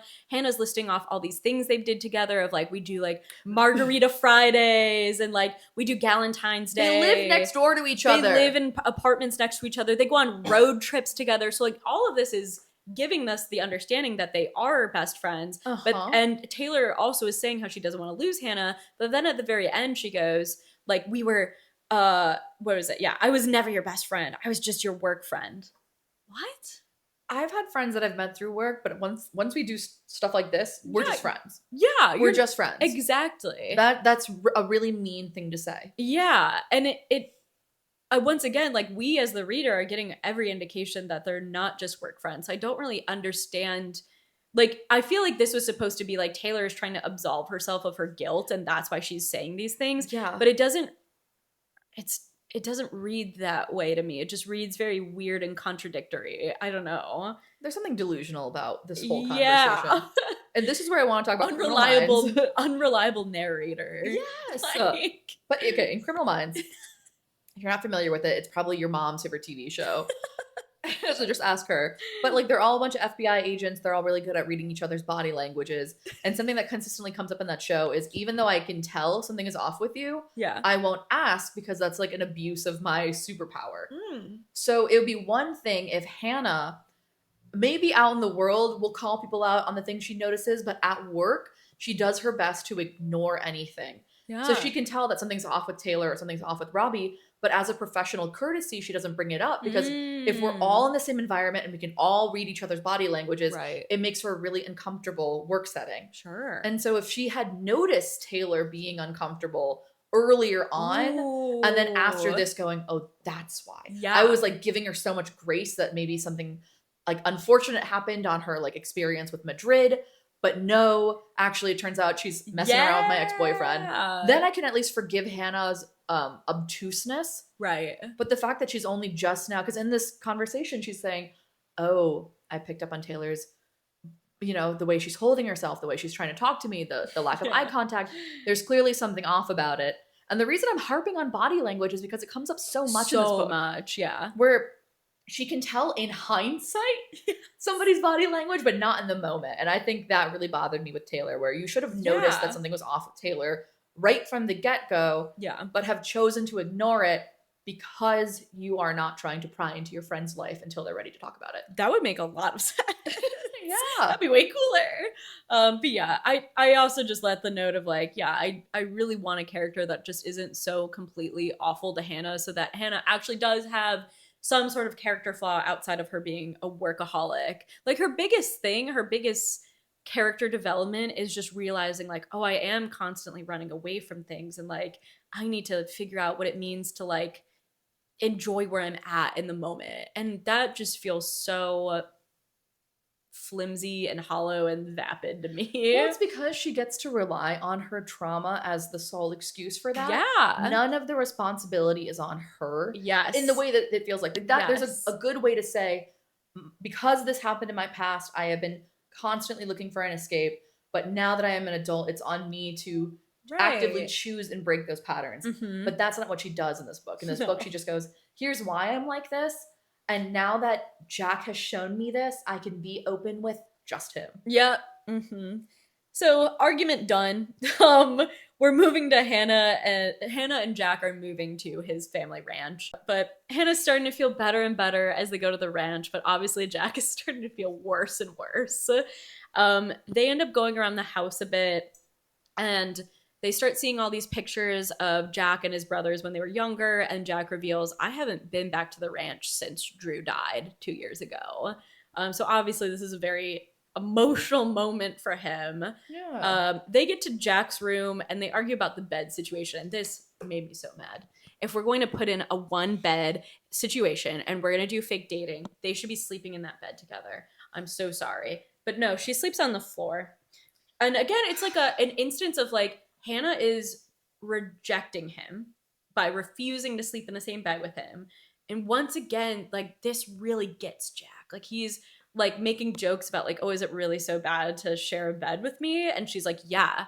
And he loves that. Oh, yeah. And we'll get into it later on as we talk more about this, because he has this moment of going, yeah, I really appreciate you, because the thing is, when you're a superstar like me, you go, everyone is always being nice to you because you're a superstar. And it gets to the point where it feels like you're not being treated like a real person. And I appreciate that it feels like you're treating me as a real person. And I did like that better because I feel like when we fall into these tropes, it is usually like this hotshot superstar that is totally up his own butt and is very much so like, and he has a moment of like, yeah, there was a time where I like kind of believed in my own hype, but I'm trying not to be that person anymore. And I do think it's more compelling story to be like, yeah, I like you because you treat me like a real person versus all these people, rather than like I am expecting you to like me and I'm so thrown off by the fact that you don't like me because everyone likes me, obviously. Well, it's like One Direction fan fiction. Yeah. I'm going to the concert and I'm reading my book at the concert. Yeah. And then he notices that I'm treating him like a normal person. Yeah. And then Zayn and I end up together. Obviously. Making peppers on his farm. My mom sells me to One Direction. My mom sells me to One Direction. And also, it's one of those where you think it starts off with her sleeping on the floor, he sleeps in the bed, Yeah. but they're going to be forced into the same bed together at some point. Like The Proposal, where there's that one scene where Ryan Reynolds has to jump into bed to like cover up what's going on here. That never happens. They have like one instance where he has a nightmare and she ends up sleeping in the bed, but it's one night. But out of 4 weeks. Out of 4 weeks? Yeah. I want them to... If we're gonna do fake dating, make this happen. Make this happen. And there for me. are very few instances where they have to be super touchy-feely in front of their family on this. And even when they do have to be super touchy-feely, it doesn't... Like, it's still very... It's like him putting his arm around her. And giving her a noogie. And giving her noogies, yeah. I don't think they do any other stage kisses. I think that one stage kiss at the hospital was it. No, yeah, that's what I'm saying. It's like, yeah. There again, Give me more. No other instances where he has to, like, for his family's sake, pretend that she's, until they actually start kind of getting into each other. Until it's like, until her job is over, she remains an immaculate professional, which is hilarious. That I'm complaining about that because I hate the unprofessionalism, but this is the one time that you having to be intimate with your client is actually being professional. And you saying no to that is unprofessional. Totally. Hire me. I can do this. I can do this. You need a fake dating scenario. I'll be your bodyguard. But yeah, so they're talking about the bed situation. He is finally starting to relax for the first time since they've come to the ranch. And then they get interrupted by Hank. Hank's knocking on the door being like, hey, can we talk? Him and Jack go off. Hannah ends up trailing behind and she hears them arguing. Hank is mad that Jack brought Hannah. He's going, you're actually causing issues for the family. And Jack's going, what are you talking about? Mom told me specifically to bring her. I don't know what you're getting on about. And they're getting more and more heated. And Hank ends up calling Hannah a Hollywood bimbo. And in Jack's attempt to defend her, he goes, she's not Hollywood at all. And then talks about how ordinary and normal and unremarkable she is. Rather than going, she's not a Hollywood bimbo at all. She's so much more than that. I forget the line, but he's like, I date people that like Kennedy Monroe. You think... like she looks anything like Kennedy Monroe. Right. No, it's very much so. He is clearly trying to defend her, but it feels so derogatory and mean. Again, it could just be like, she's not a Hollywood bimbo. She's so smart and capable and whatever. And like still would be a lot of internalized misogyny there saying stuff like that. But it makes more sense than going, she's normal. She's a little normie. What are you talking about? She's the first thing from being a Hollywood bimbo. And it would make sense that his brother is angry about, if one, she had gotten the makeover. So she first looks very stereotypically done up. Exactly. And then two, like we talked about before, if his mom had met all of his previous exes, and his brother is like, every single time you bring one of these girls around and you break up with them and mom has to read about it in a magazine, it breaks her heart. Or like his mom is clearly so gung-ho about like, I want to have grandchildren, I want to see you married. And it's just at the point where she's like, I don't even care who it is, but you just keep bringing around these people and I see them once and never see them again. Like you're clearly not being serious about having a relationship. Yeah, and his mom hasn't have to say it, but Hank can be like, I see it. Yes. I see how much it breaks our mother's heart every time you bring around some random girl and you bring her expectations up. Right. And I don't like that you brought this girl around, even if mom asked for it, because that's who mom is. Yes. You should know better. If you're not going to marry this one, Yes. don't bother bringing her around. Yes. That's a better argument than, I'm sick of these Hollywood bimbos. It's like, your mom when you've doesn't never know them. met any single person. Okay. Also, as I was reading it, I thought this conversation was going to set up Hank and Kennedy Monroe getting together. That'd be great. Oh no, it would be absolutely wild. But I thought him wild. being like, I hate the Hollywood archetype, meant he was going to get a Hollywood girlfriend or something like that.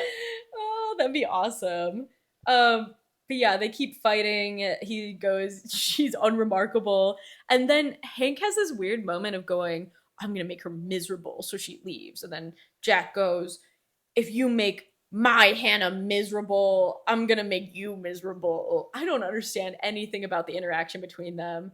But whatever. The argument ends. Hannah sees them storm off in opposite directions. And she goes and follows Jack. And she's following him as he's walking through the property. The property that they have is huge. I think he says it's like 500 acres or something ridiculous like that. And he comes from old money. Yeah. He's a Texan conservative. But he's trailing ahead of her. He's clearly moody. He's kind of being like, I need to be alone. And she goes, I'm your bodyguard. That's not happening. The one instance of her being even slightly professional. But obviously, like, this all happened so quickly that she is wearing sandals. Like, she shows up in her little sundress and sandals and like doesn't expect this to happen. And now she's trailing after him in her sandals. And they get to this point where there's lots of like brush and whatnot. And he spins around and goes, you're wearing sandals?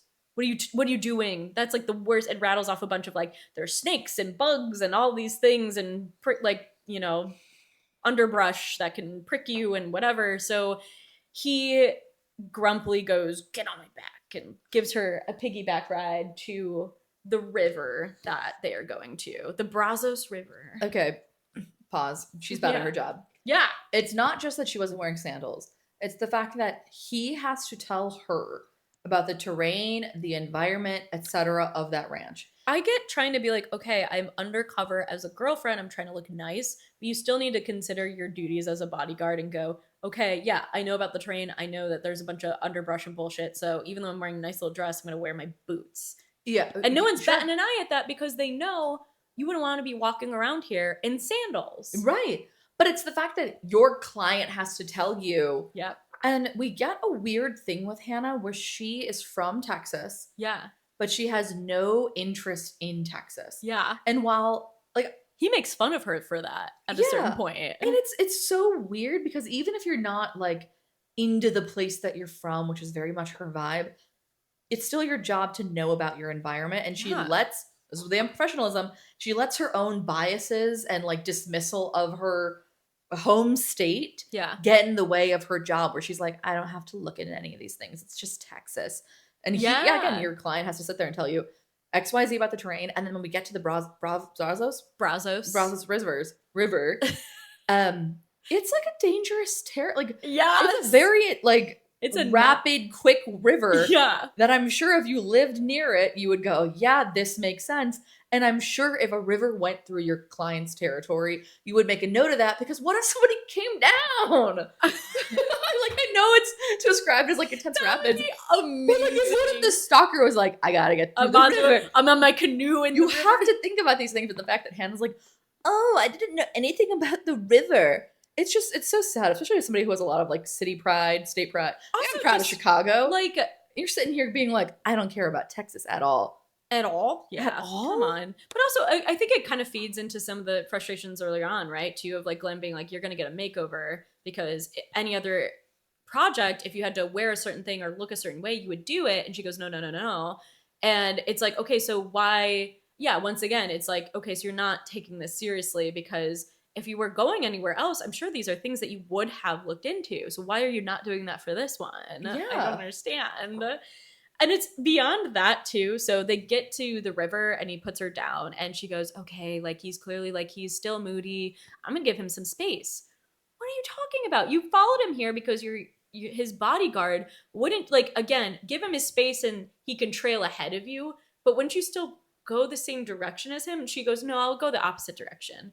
It's just I'll so give you many. t- 'cause It's like a comedy of errors. Like when the bodyguard genders are reversed, it usually is like petulant client who's like, I need my space, like give me space. And then bodyguard I don't who need is your protection. maybe 10 feet, 5 feet behind her. And she's like, that's not what I meant. And he's like, I have to be around you.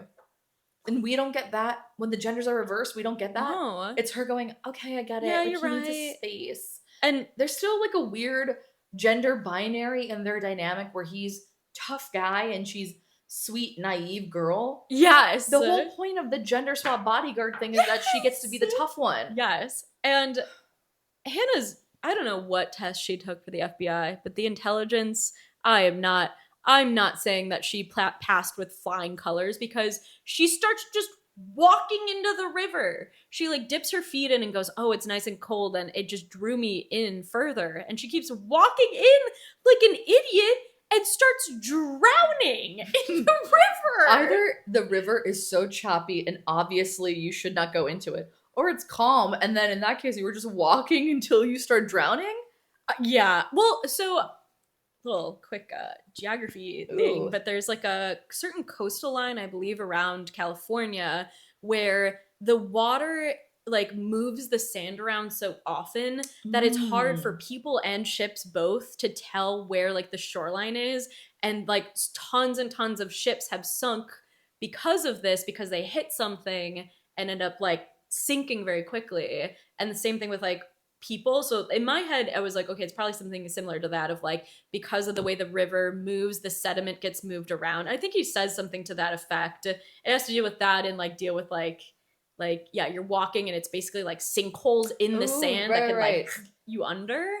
But yeah, like even she should know this though. Like there, even if there was no indication about the water itself, like don't dip your feet in, fine. Don't You're go not further getting a and daily further and weather further. report or like climate report from even like, just the people on your team. Even if she did not do the due diligence of checking into this ranch, her team has. Her team has gone and set up cameras everywhere, and I'm assuming knows like what is like. So if there's a this geographical dangerous dossier river that he goes in to be like, yeah, everyone knows that you don't go in there because you drown, wouldn't they say to her, hey, by the way, there's a really dangerous river on his property? Not for her sake, but for like, so, you know, if he goes by there, be extra on alert or something.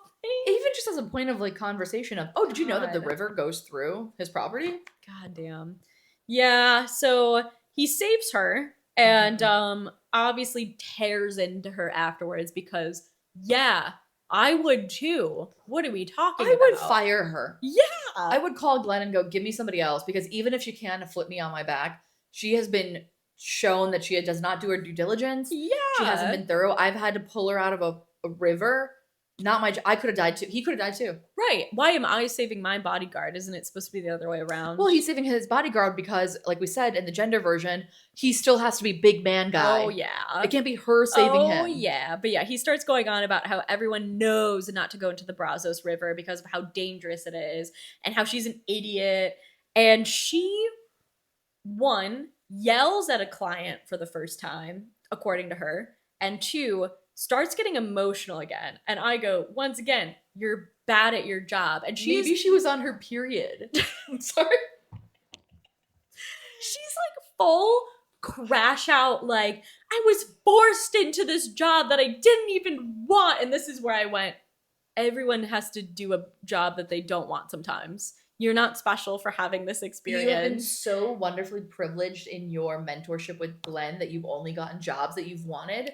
And for the first, so somebody else had to do your bullshit grunt work that you didn't want to do. And it goes into like, okay, she keeps being like, I have these personal boundaries that I set for myself as like good practice of like not getting close to the client and vice versa, like not talking about myself to the client so that they don't get attached to me, what have you. But because she is put in this unusual situation, she completely just comes apart. And again, that just reads, you're bad at your job because you're not adaptable.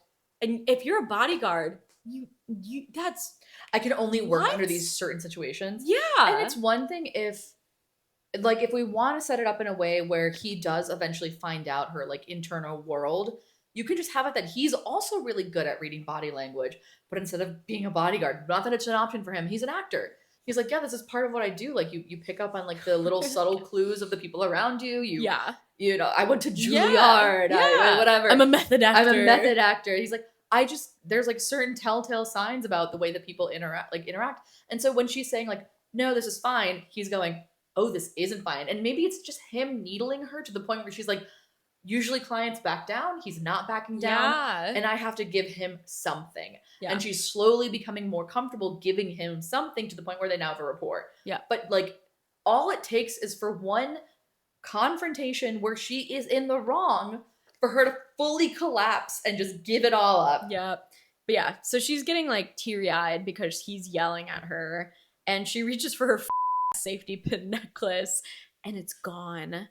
And Jack notices her panic in this and immediately is like, oh my gosh, okay, like it's okay, like trying to self-soothe, like calm like, her down. Yes. And it's like, it's okay, we'll find it. I'm really good at finding things, he says, which I'm an exceptionally good finder. I'm really good at finding things.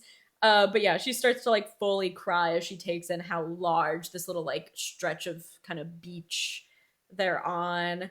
And Jack, once again, yeah, he's comforting her. He's holding her. He's putting his flannel on her because he notices she's like shaking and shivering. I don't want to do this anymore. And then he carries her piggyback ride, like, but all the way back. So not just past like where there's a bunch of brush and whatever that she could get hurt. He carries her back the entire way, and she goes, I know how to walk. And he goes, that's great, and continues to like give her a piggyback. All right. They're getting ready for bed.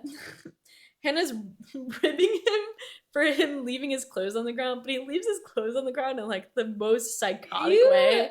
He like lays his pants out, and she's fully is like, his belt is still in the loops, his underwear is inside the jeans still, and then it's his shirt, and he's like laid it out on the ground as if you were in your clothes laying on the ground. And so then it's like just disappeared, but your clothes stayed there. And so she's like, which honestly, I'd be ribbing him too. That's crazy.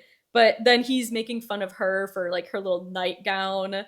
And then she says this sick line of, you're not in a position to throw shade, Mr. Clothes all over the floor. And that kills. He's laughing like crazy. You called me Mr. Clothes all over the floor? You're not in a position to throw any shade, Sadhi, Mr. Clothes on the floor. What are you talking about? This is not how people talk to each other. In 2022, I go, you're throwing shade at me right now? Mr. Clothes all over the floor? Throwing shade at me? It would have been even funnier if she had just laid down on top of his clothes and be like, so what is this? Yeah. She's under the clothes on the floor. Yeah. Like, is this how you do this? This is what I mean when I say, like, you're the most normal friend in your friend group got a boyfriend. This is the videos of, like, oh my god, she's so crazy. And she's, like, doing, like, a little, like, thing. Yes. Mr. Clothes all over the floor guy. Christ. Okay. What are you doing? And also, your client is off somewhere without you. Yes. You don't know where he is. She does call him out for this later. Okay. But you're right. She goes downstairs. She sees his parents being sweet to each other. Jack walks in from outside. They're all hanging out without, like, Hank is not there currently, but it's Doc, Connie, Jack, and Hannah. They're all hanging out in the kitchen. Hannah, as per usual, is being bad at her job and being really stiff and weird. Jack's killing it, pretending that she's his girlfriend, so he's good at his job. He's being an actor.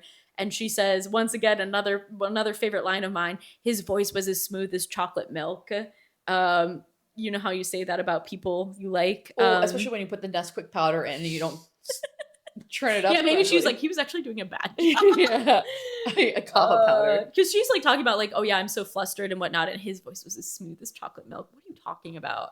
Hank comes downstairs, and their mom is like, okay, like asking Jack and Hannah questions about how they met, and they come up with the most ridiculous backstory Don't say they. I've ever heard. This is one of the moments where I went, Jack, what are you talking about? So their backstory is she's a photographer looking for this albino moose that somehow like lives on his property, I guess. I'm not like saying like his property is like itty bitty. Clearly, I'm sure it's like a stunning chunk of land that he's got out there. The classic California albino moose. Texas albino moose. Oh, he was his. No, this is like his Texas residence, I believe, or whatever. Either one. Yeah. Still weird.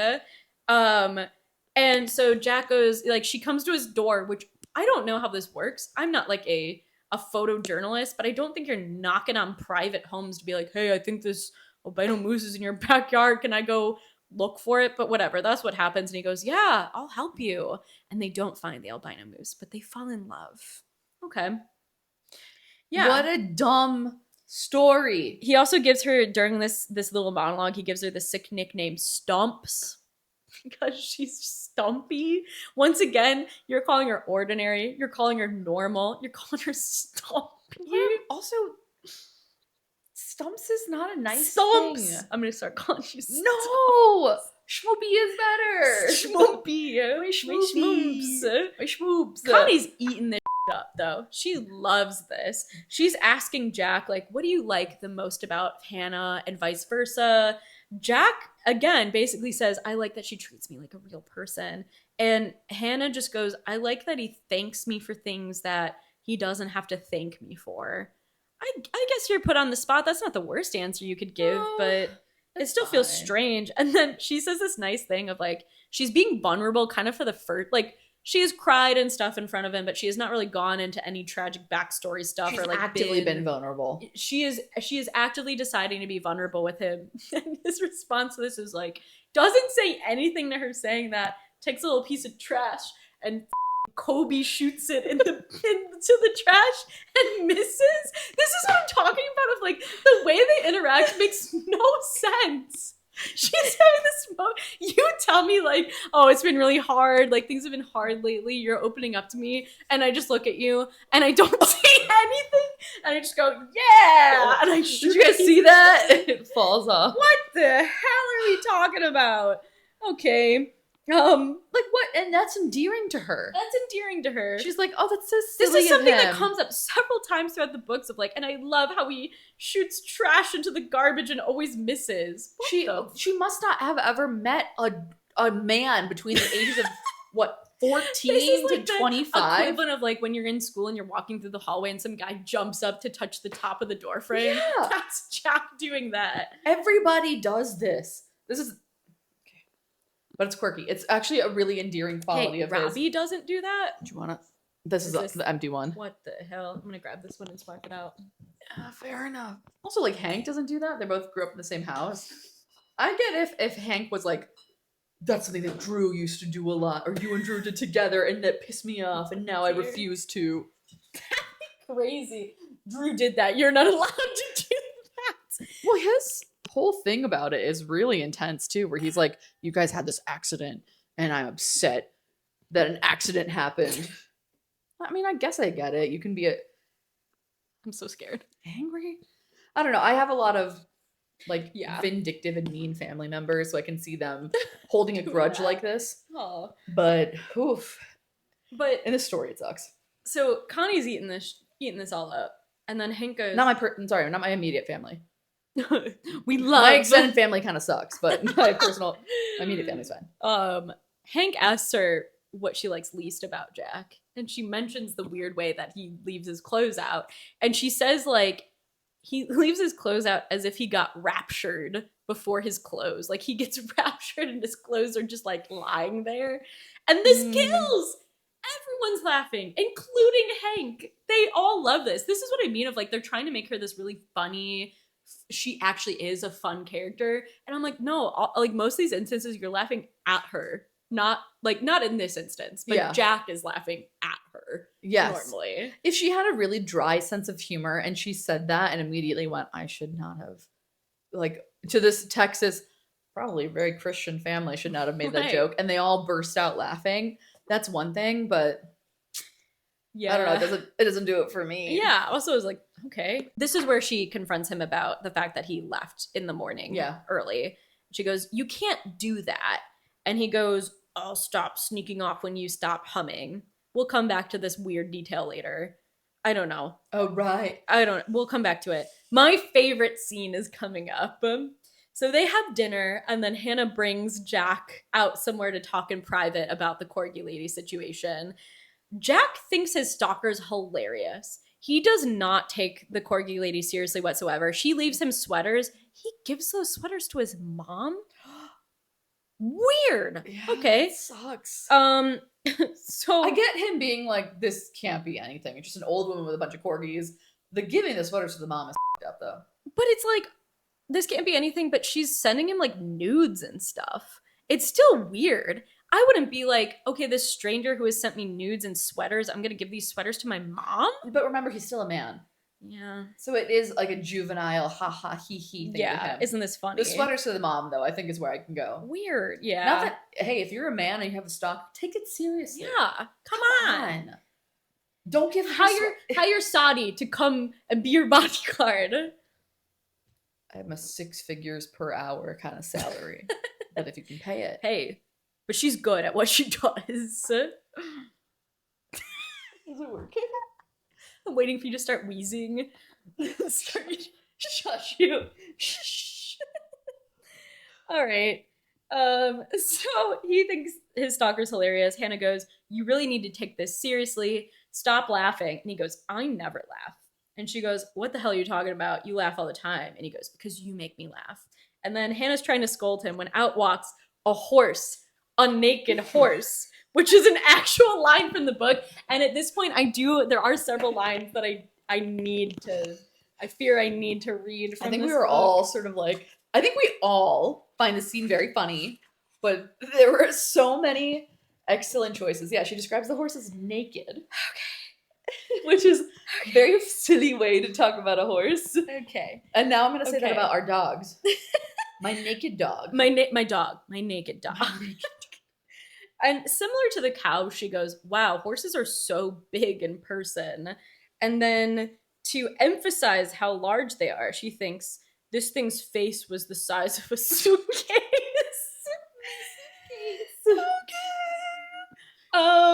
Okay. Which is such a funny way to describe a, you have done a wonderful job of setting up the fact that her descriptions are so wild. The size of a suitcase. This is the part I need to read out of the book for. So Jack introduces the horse's Clipper. He's a retired circus horse. They're feeding him oats. It's really normal and cute. And then Jack goes, "Watch this," and starts jumping over the horse. Okay, this is where I'm gonna read it for you. So Hannah is making comments about like, "Oh, haha, you should have done a Western. How has no one casted you for a Western?" And he's like, "Yeah, like if I ever make another movie, it'll be a Western, whatever." And she goes, "I was just about to ask him if he would ever make another movie, but then he said, 'Get ready.'" Then Jack leaned forward and grabbed 2 fat fistfuls of hair at the base of Clipper's mane. And I don't even know how to describe what he did next. Without the loping horse ever breaking stride, Jack swung off the left side, landed with both feet, bounced back up, slid across the horse's back, then swung off to the right side and did the same bounce over there. And then he just kept doing it. Back and forth, left and right, bouncing from one side to the other. I'm crying. There are tears in my eyes because what the hell do you mean? He's just jumping up and down over the horse. He's doing tricks on it. I'm crying. Tears in my eyes. Tears in my eyes. Okay. Okay. No. And then if it couldn't get worse, he starts standing on the horse. And she describes it as like he's surfing on the horse. And then he starts doing somersaults on the horse. On the actual horse. She brought him out here to have a conversation with him. About his stalker. And he goes, "Hey, get ready, watch this." She goes, "Do not do a handstand." And he goes, "Nah, I'm gonna do something better." And then, without responding, Jack squatted down low, all without the horse ever breaking stride, pushed himself back, and rolled a backward somersault off the horse's rump. Dropping the lead rope as he went and landing on his feet. So he is somersaulted off of the horse. Okay. Yeah. By the way, this horse is naked. And his head was the size of a suitcase. Of a suitcase. My suitcase. And also, but it's also just such a weird interlude. The way that I cried reading that is the way that, like, every time I get to that point, I can't. I am maniacally laughing because it's just so. A horse with a head the size of a suitcase is a naked horse is standing there doing nothing while they're this feeding man him oats. And then Jack goes, watch this, jumping over. This is, which I don't deny that there probably is somebody who can do God. whatever is being described here. It's just so, yes please, random. It's so completely nonsensical in the context of what this entire book has been. It's not like he's going, I wish they would put me in more action roles. And then this happens and she's like, oh, I can see him being an action hero. It's just they're having a conversation, completely unrelated. A horse shows up in front of them. And he goes, hey. Hanging out somewhere on watch this. this. And then he starts doing tricks. He says, get ready. Literally, get ready. Okay. He gets off the horse. I could have never have guessed in a million years what was going to happen. Yes, like I couldn't have once predicted that this was gonna happen, and not in a fun, ooh, what a twist of the story. Just a, huh? What? As if this couldn't get better. As if this couldn't get better. Him doing somersaults and jumping over the horse somehow transitions into Hannah opening up about her dad abandoning her as a child.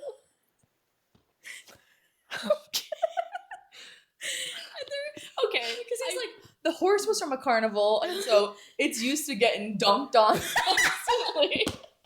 And she goes, I too am used to getting dunked. It is, I will say the way they get here somewhat makes sense, but it still feels like such a strange transition.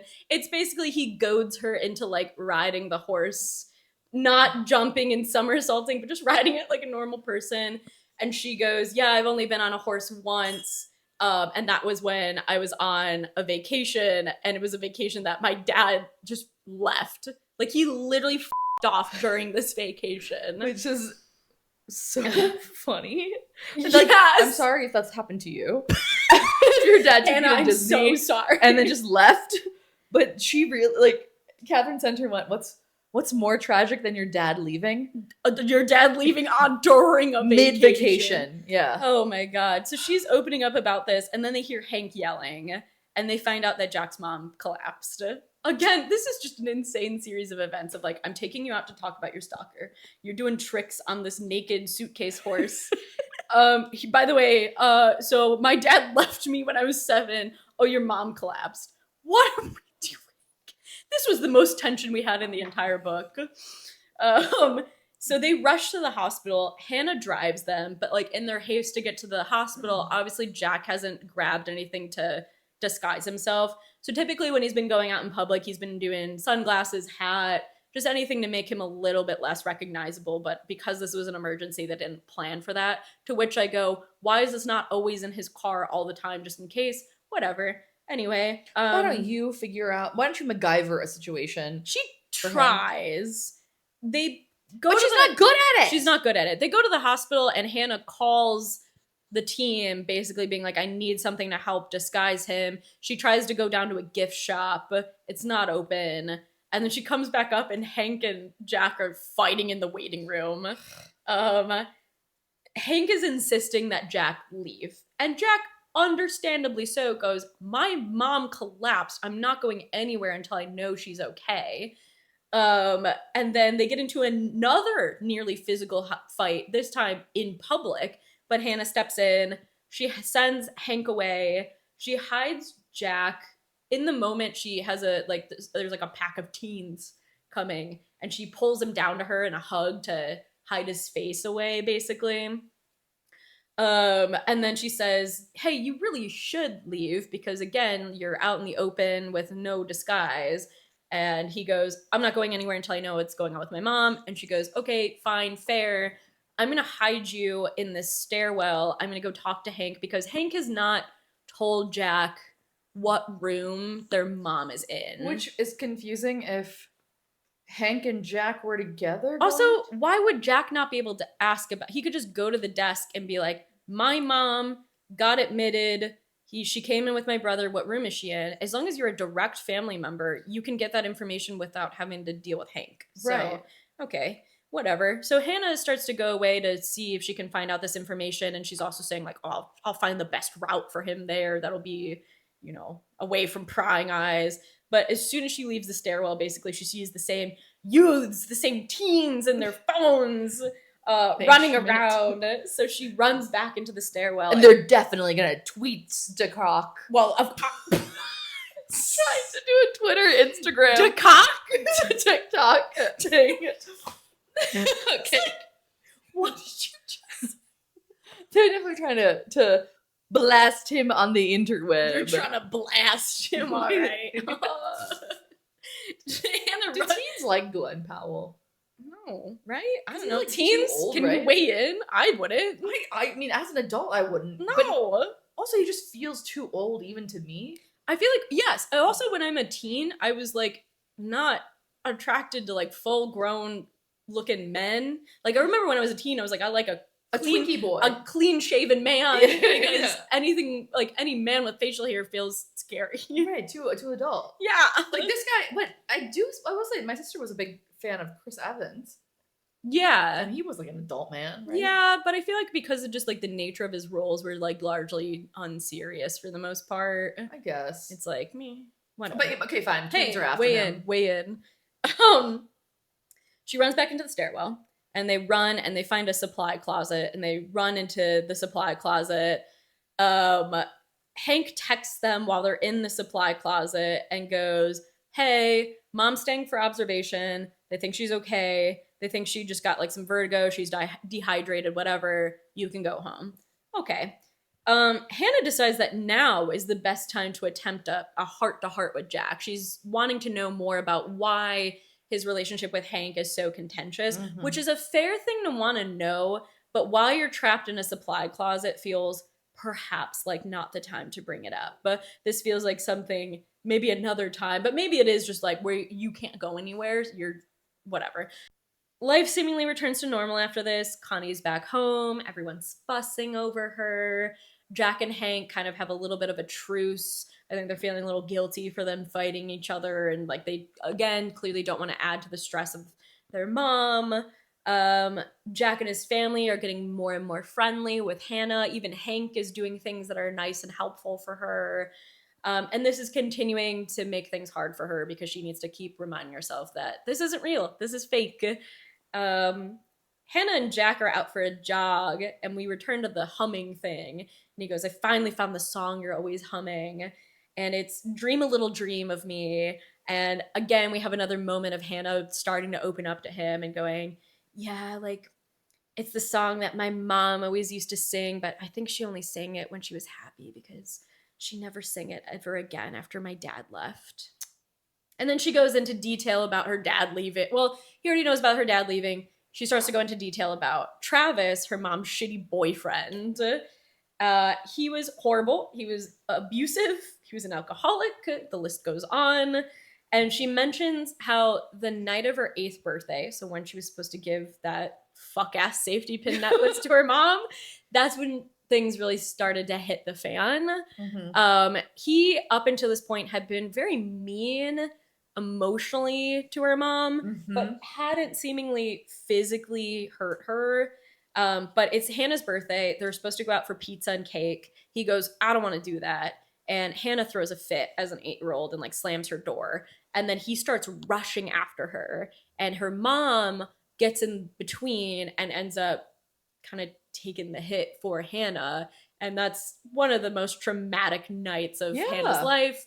Her mom comes in later, beaten, bloody. They sleep in the closet. This is like revealed why she finds comfort in the closet is because they spent that night together. But yeah, she reveals that she made that safety pin necklace at school. She was going to give it to her mom.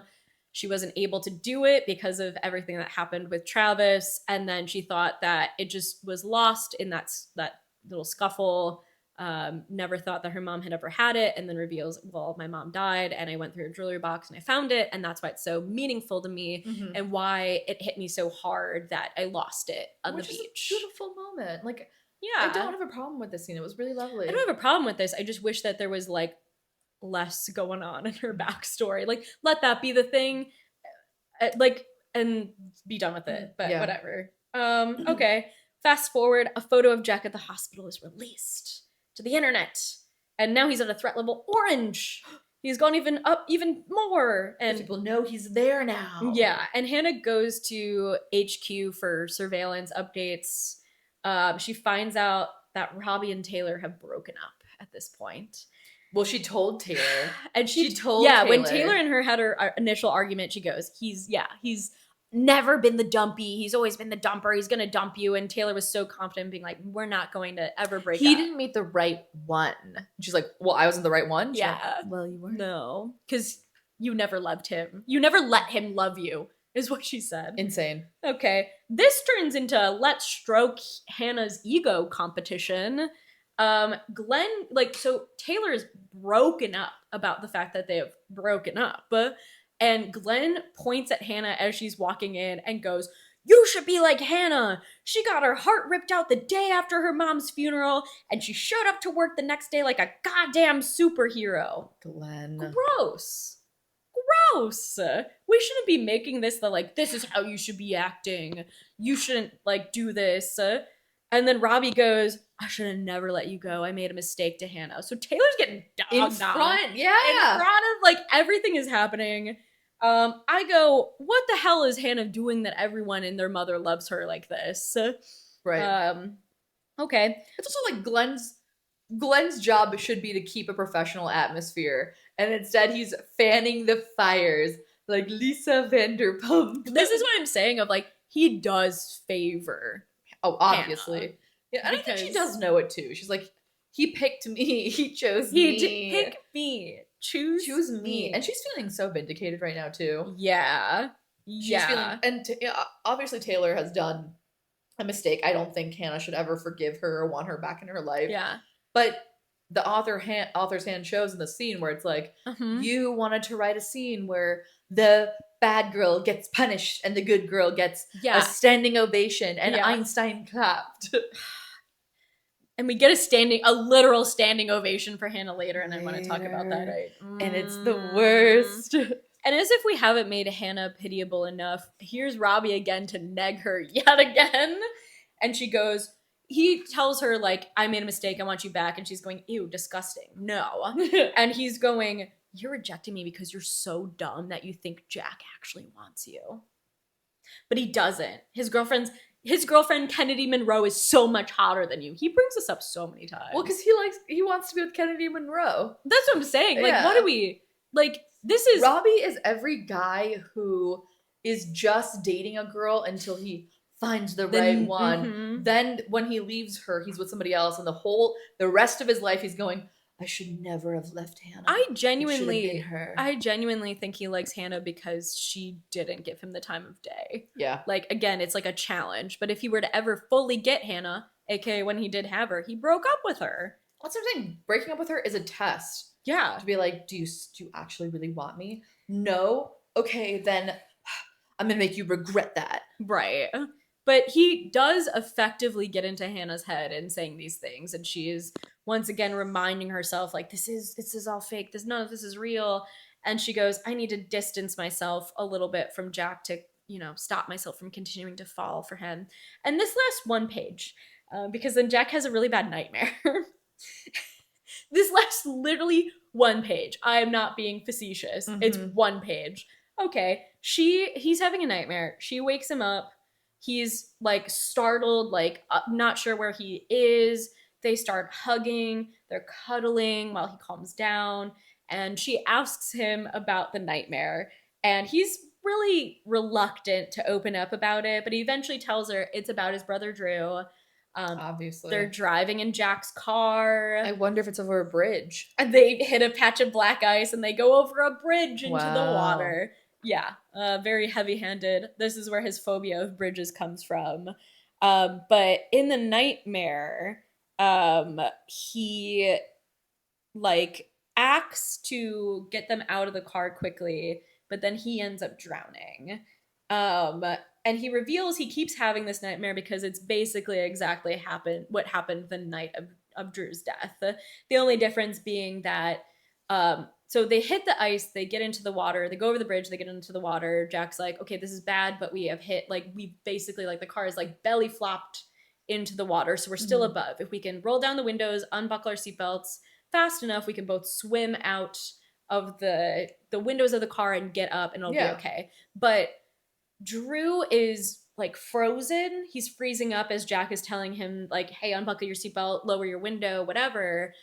They do both swim out of the car, but it is so dark and cold that where Jack is able to go, okay, I need to swim up, Drew thinks he swam up, but he was actually swimming the opposite way from the surface of the water. He got confused in everything going on, and so he drowned. And obviously Jack did not drown.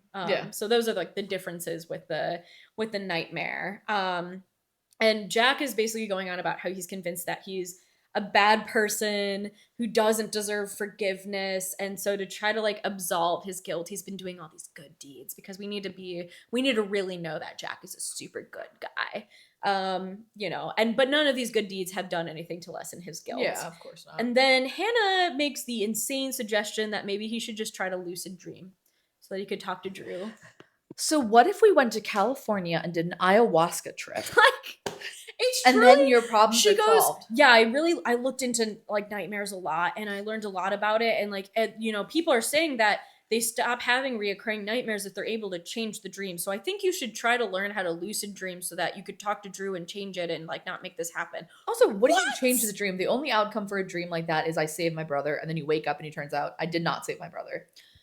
Whatever. They fall asleep together in Jack's bed. They're like dozing off, they're talking, and Hannah's like, oh, fine, I'll stay in for like one more minute. And they of course they end up falling asleep. Hannah discovers when she wakes up that a picture of her and Jack from the hospital, when she was hugging him to hide his face, has surfaced on the internet. Because she was so bad at covering him up. Yeah. And his stalker, none too pleased about this photo. So much so that she's been leaving notes on Jack's doorstep detailing the grotesque ways that she's going to murder Hannah. And I do want to caveat really quick, they talk about the grotesque ways, and it's like not that you should ever talk about how you're going to murder someone, but it was so normal. It was like, I'm going to strangle her. I am going to do a killing on you. Yeah. I was like, okay, we're saying that like, it's like, she's gone into like grotesque detail about what she's going to do to Hannah. And it was like, I'm going to strangle her. Okay. All right. So Hannah is summoned to HQ. And she takes one little like last fleeting glance at Jack asleep in his bed.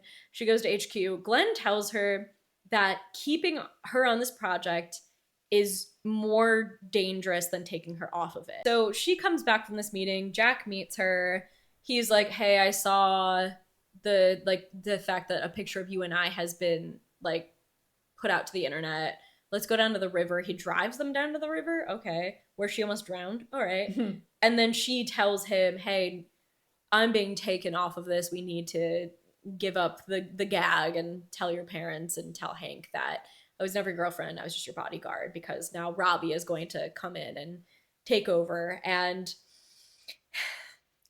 he's arguing with her, being like, okay, like you should stay. She's like, no. And then he goes, okay, well, if this is our last day together, we should make it count. And how do they make that last day count? By having a weird, insanely long conversation about his acting. It's supposed to be cute. I think they do like an eye contact. They do a staring contest. Are we 13 years old? Just kiss already. Just get over with. Yeah. Come on. It's dinner time. They're working up to tell Jack's family that Hannah's not his girlfriend. And they go, okay, like we have something we want to tell you. And Connie, Jack's mom, goes, I knew it. You guys are engaged. Yeah. You're getting married. This is the scene where Hank should have come in going, I saw the news. Yeah. And it's revealed that the girl in the photo is his bodyguard. Yeah. And they have a tableside confrontation. Yes. No, but instead they go, no, we're not engaged. She's just my bodyguard. She was never my girlfriend. Nothing happens. No one's mad at Hannah. No one's mad at Jack. Not only is it unrealistic, it made the build of them pretending to be dating feel pointless. Like they keep going like, oh yeah, we're fake dating. Oh yeah, I'm your fake girlfriend, blah, blah, blah, blah. And then it just never. I want to reiterate that. And like in real life, if things fall flat, that's just the way the world works. But in a story, certain things are built up because they have an importance to that story. Yeah. And so when they fall flat, you make us feel stupid for having that expectation. Or it's like, stop bringing this up as like a reoccurring thing of like, it's fake, it's fake, it's fake, if it's not going to be a point of contention. Right. And there's something so unrealistic about it. Like, I know in this very moment I'm saying, well, this is what the real world looks like, so it should be like this in literary, but also needs to be realistic. But if someone was to come to me and say, actually, I was only your friend because I was trying to protect so-and-so, so the last like 3 weeks of us hanging out have actually been nothing, I would go, well, that sucks and is shitty. And I've built up my hopes that if I'm Connie, I'm going, well, I thought that the two of you were really lovely together, and I was kind of expecting more from us. I'm deeply disappointed and upset by this. Right. If I'm Hank, I'm going, what the hell was this? Yeah.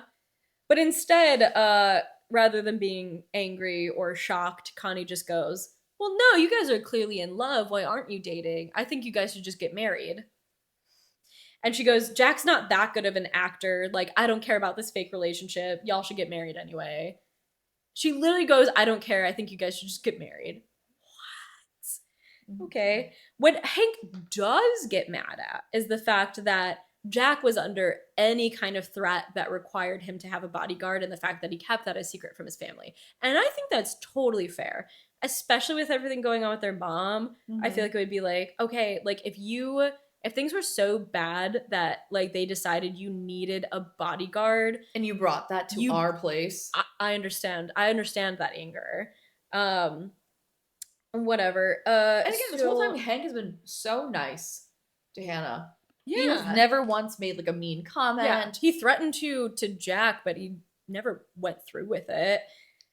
But they get into it again, of course, Jack and Hank in his anger very bluntly and for the first time says aloud how he blames Jack for Drew's death.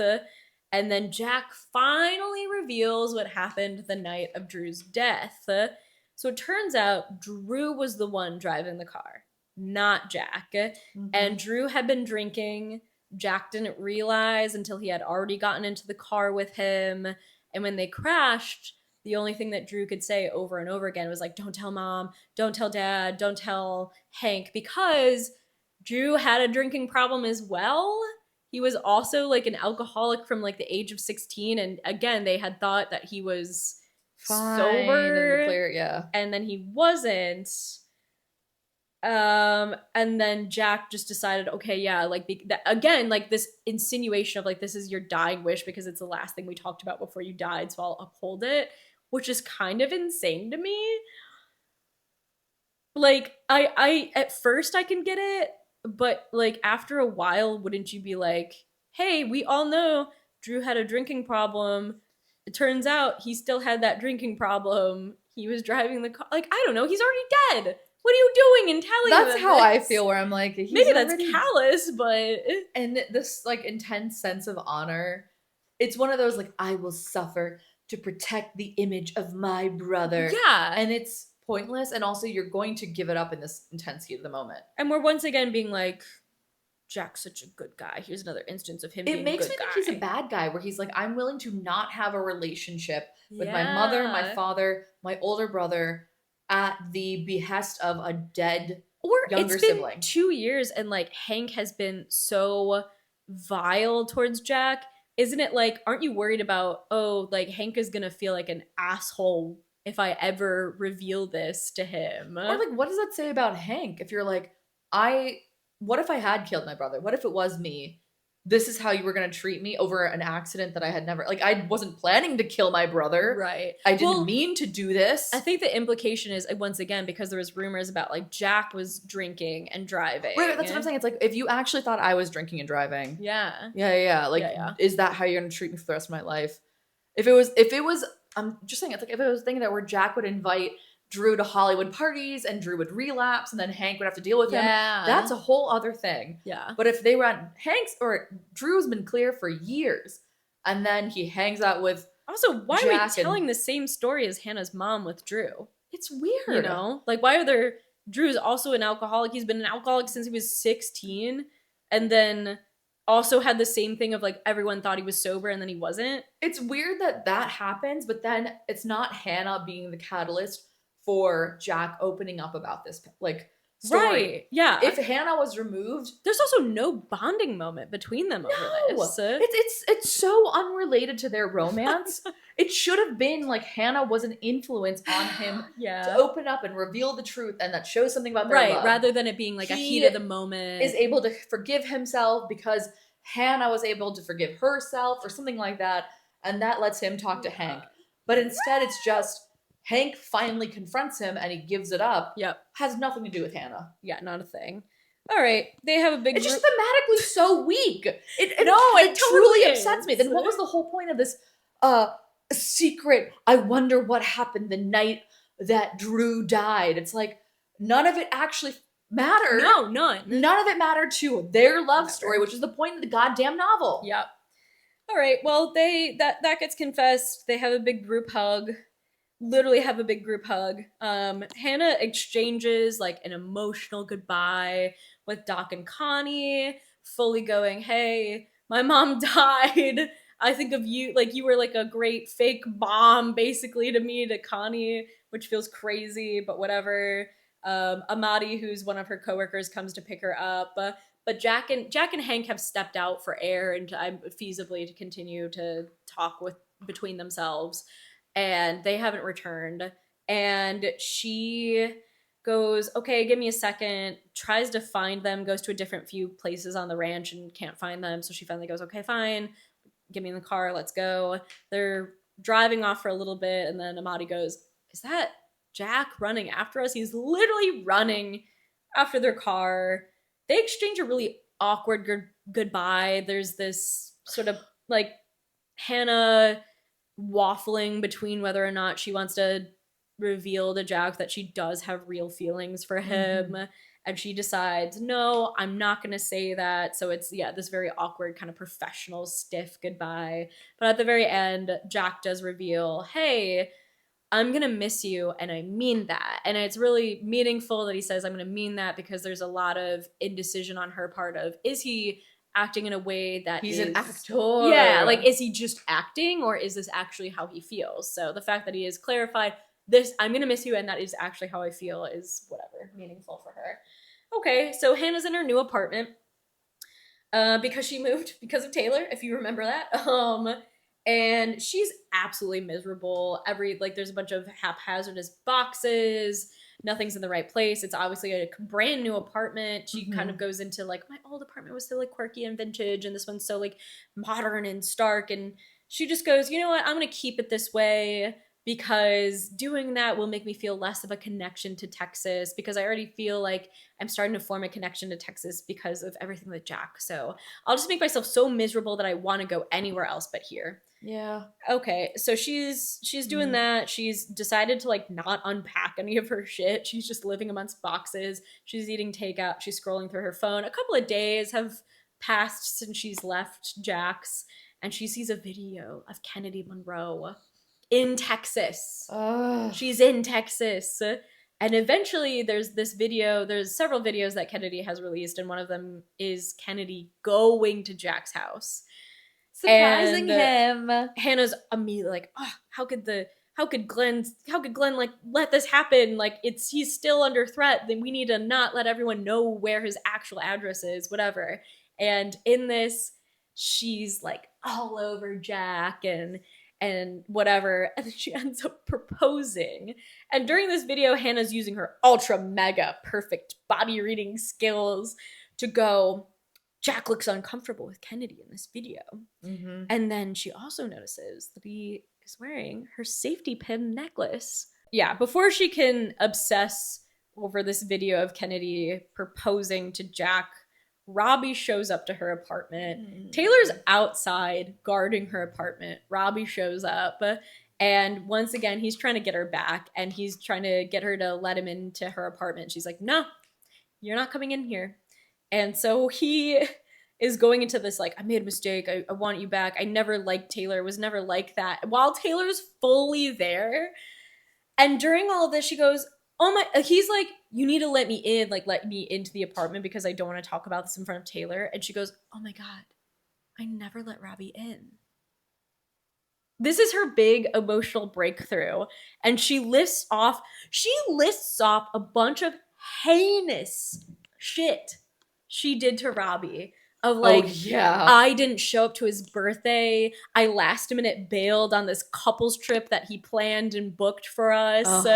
And during all of this, she goes, well, but it was actually really good that I did all of that and that I didn't let you in because, like, I was actually right. You were an asshole and you didn't deserve to actually be let in. Once again, this is a moment that it could be like this moment of reflection of, I wasn't a good girlfriend.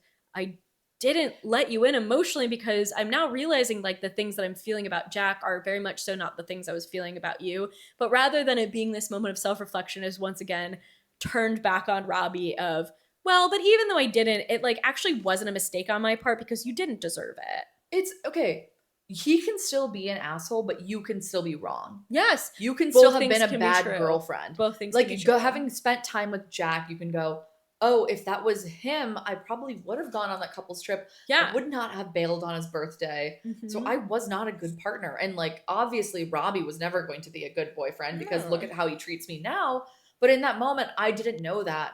And I acted that way. Right. I'm not saying Robbie should be vindicated in the sense that he was right all along. Like, he can still be an asshole. Yeah. But she didn't know he was an asshole when she treated him poorly. Right. Like, if he had not gone to her birthday, all of us would have gone. This would have been another pity point for Hannah. Pity point for Hannah. But her saying, yeah, I never went to his birthday.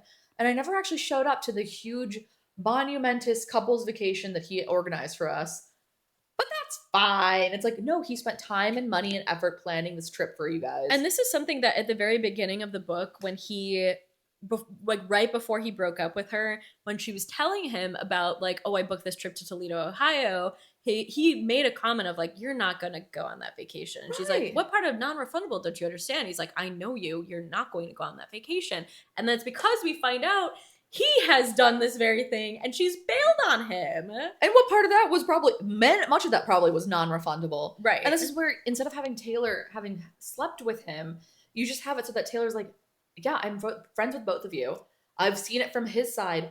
There have been many times where you have let him down. Yep. And he's not the greatest guy in the world. And they could have still gotten in, like Hannah and Taylor could have still gotten into a fight with one another because Hannah's like, that's unwilling to see it that way. Right. Yeah. She's like, well, I had to go because I had work that day. Yeah. And Taylor gets to go, well, Glenn is really kind to you. If you said no, you probably could have just taken time off. Or like Robbie also had like work. You could like, you have vacation time to take off. And right. You don't do that. And you don't do that. You choose not to.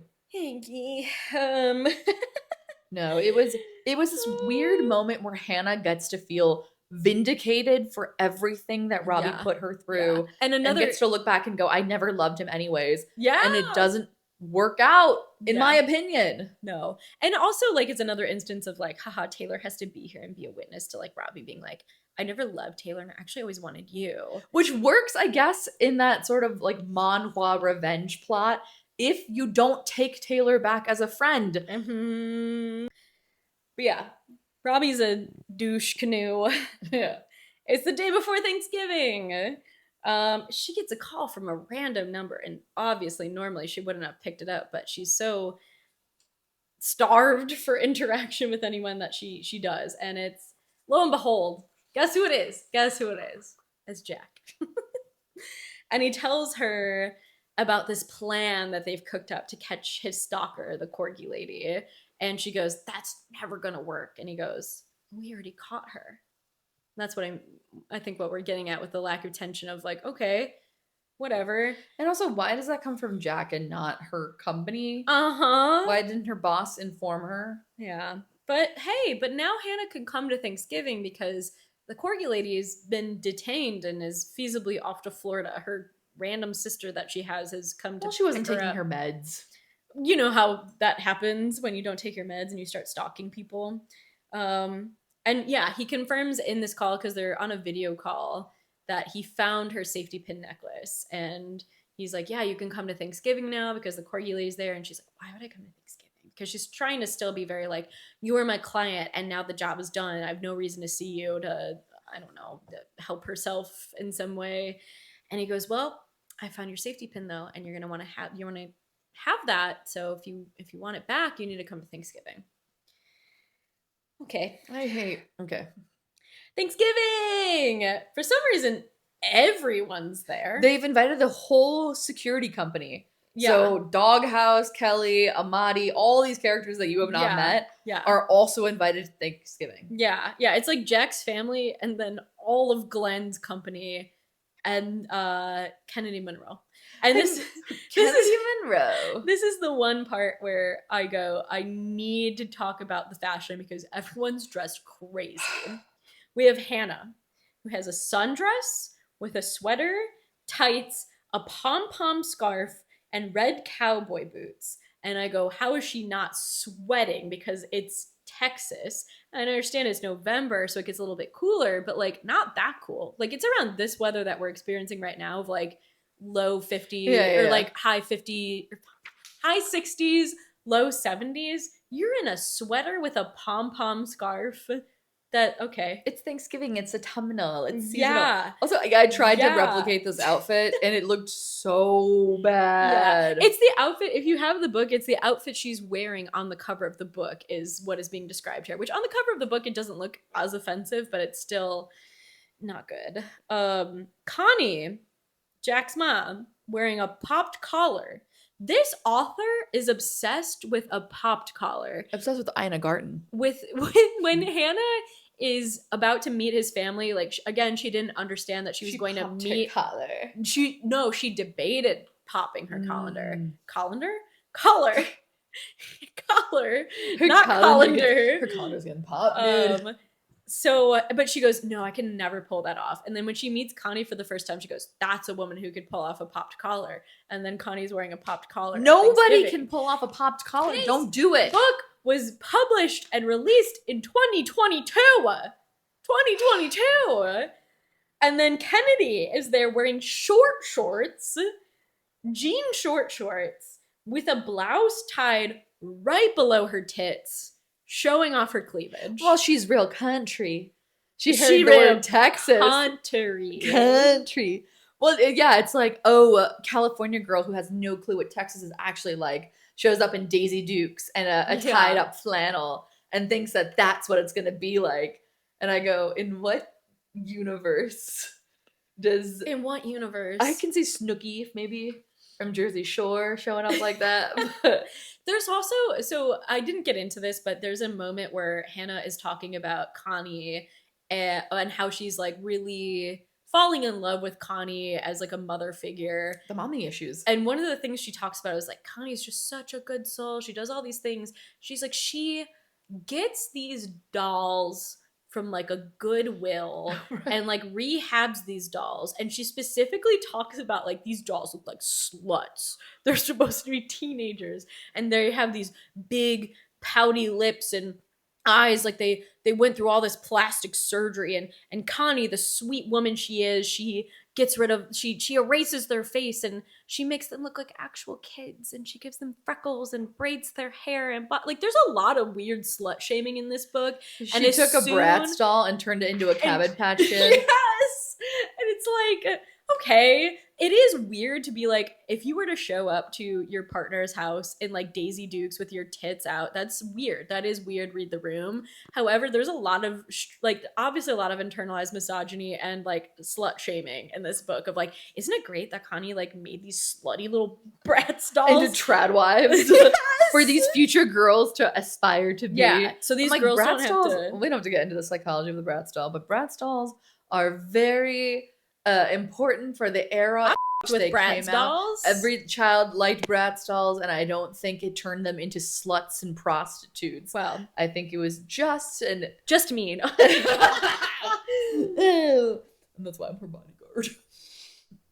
I just think I'm Kennedy Monroe. it's such a derivative take to go, oh, these women with big lips and maybe oversized proportions. Mhm. It's so nice that she is turning in them into straight, normal, white women for children to play with, isn't she?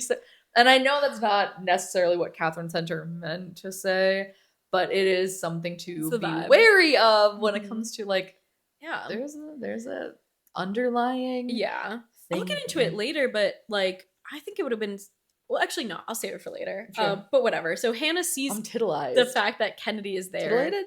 You're Sorry. I'm titillized. I'm titillized, I'm titillated. But yeah, Kennedy Monroe's there. Yeah. Hannah spirals because Kennedy is there. Because once again, the last thing that she's seen of Kennedy is Kennedy proposing to Jack. So in her head, she goes, oh my God, did Jack like accept her proposal? She's here. Like, I'm being invited here because just my whole company was invited here, not because Jack wants me here. And Kennedy is here, which proves to me that they actually are dating and whatever.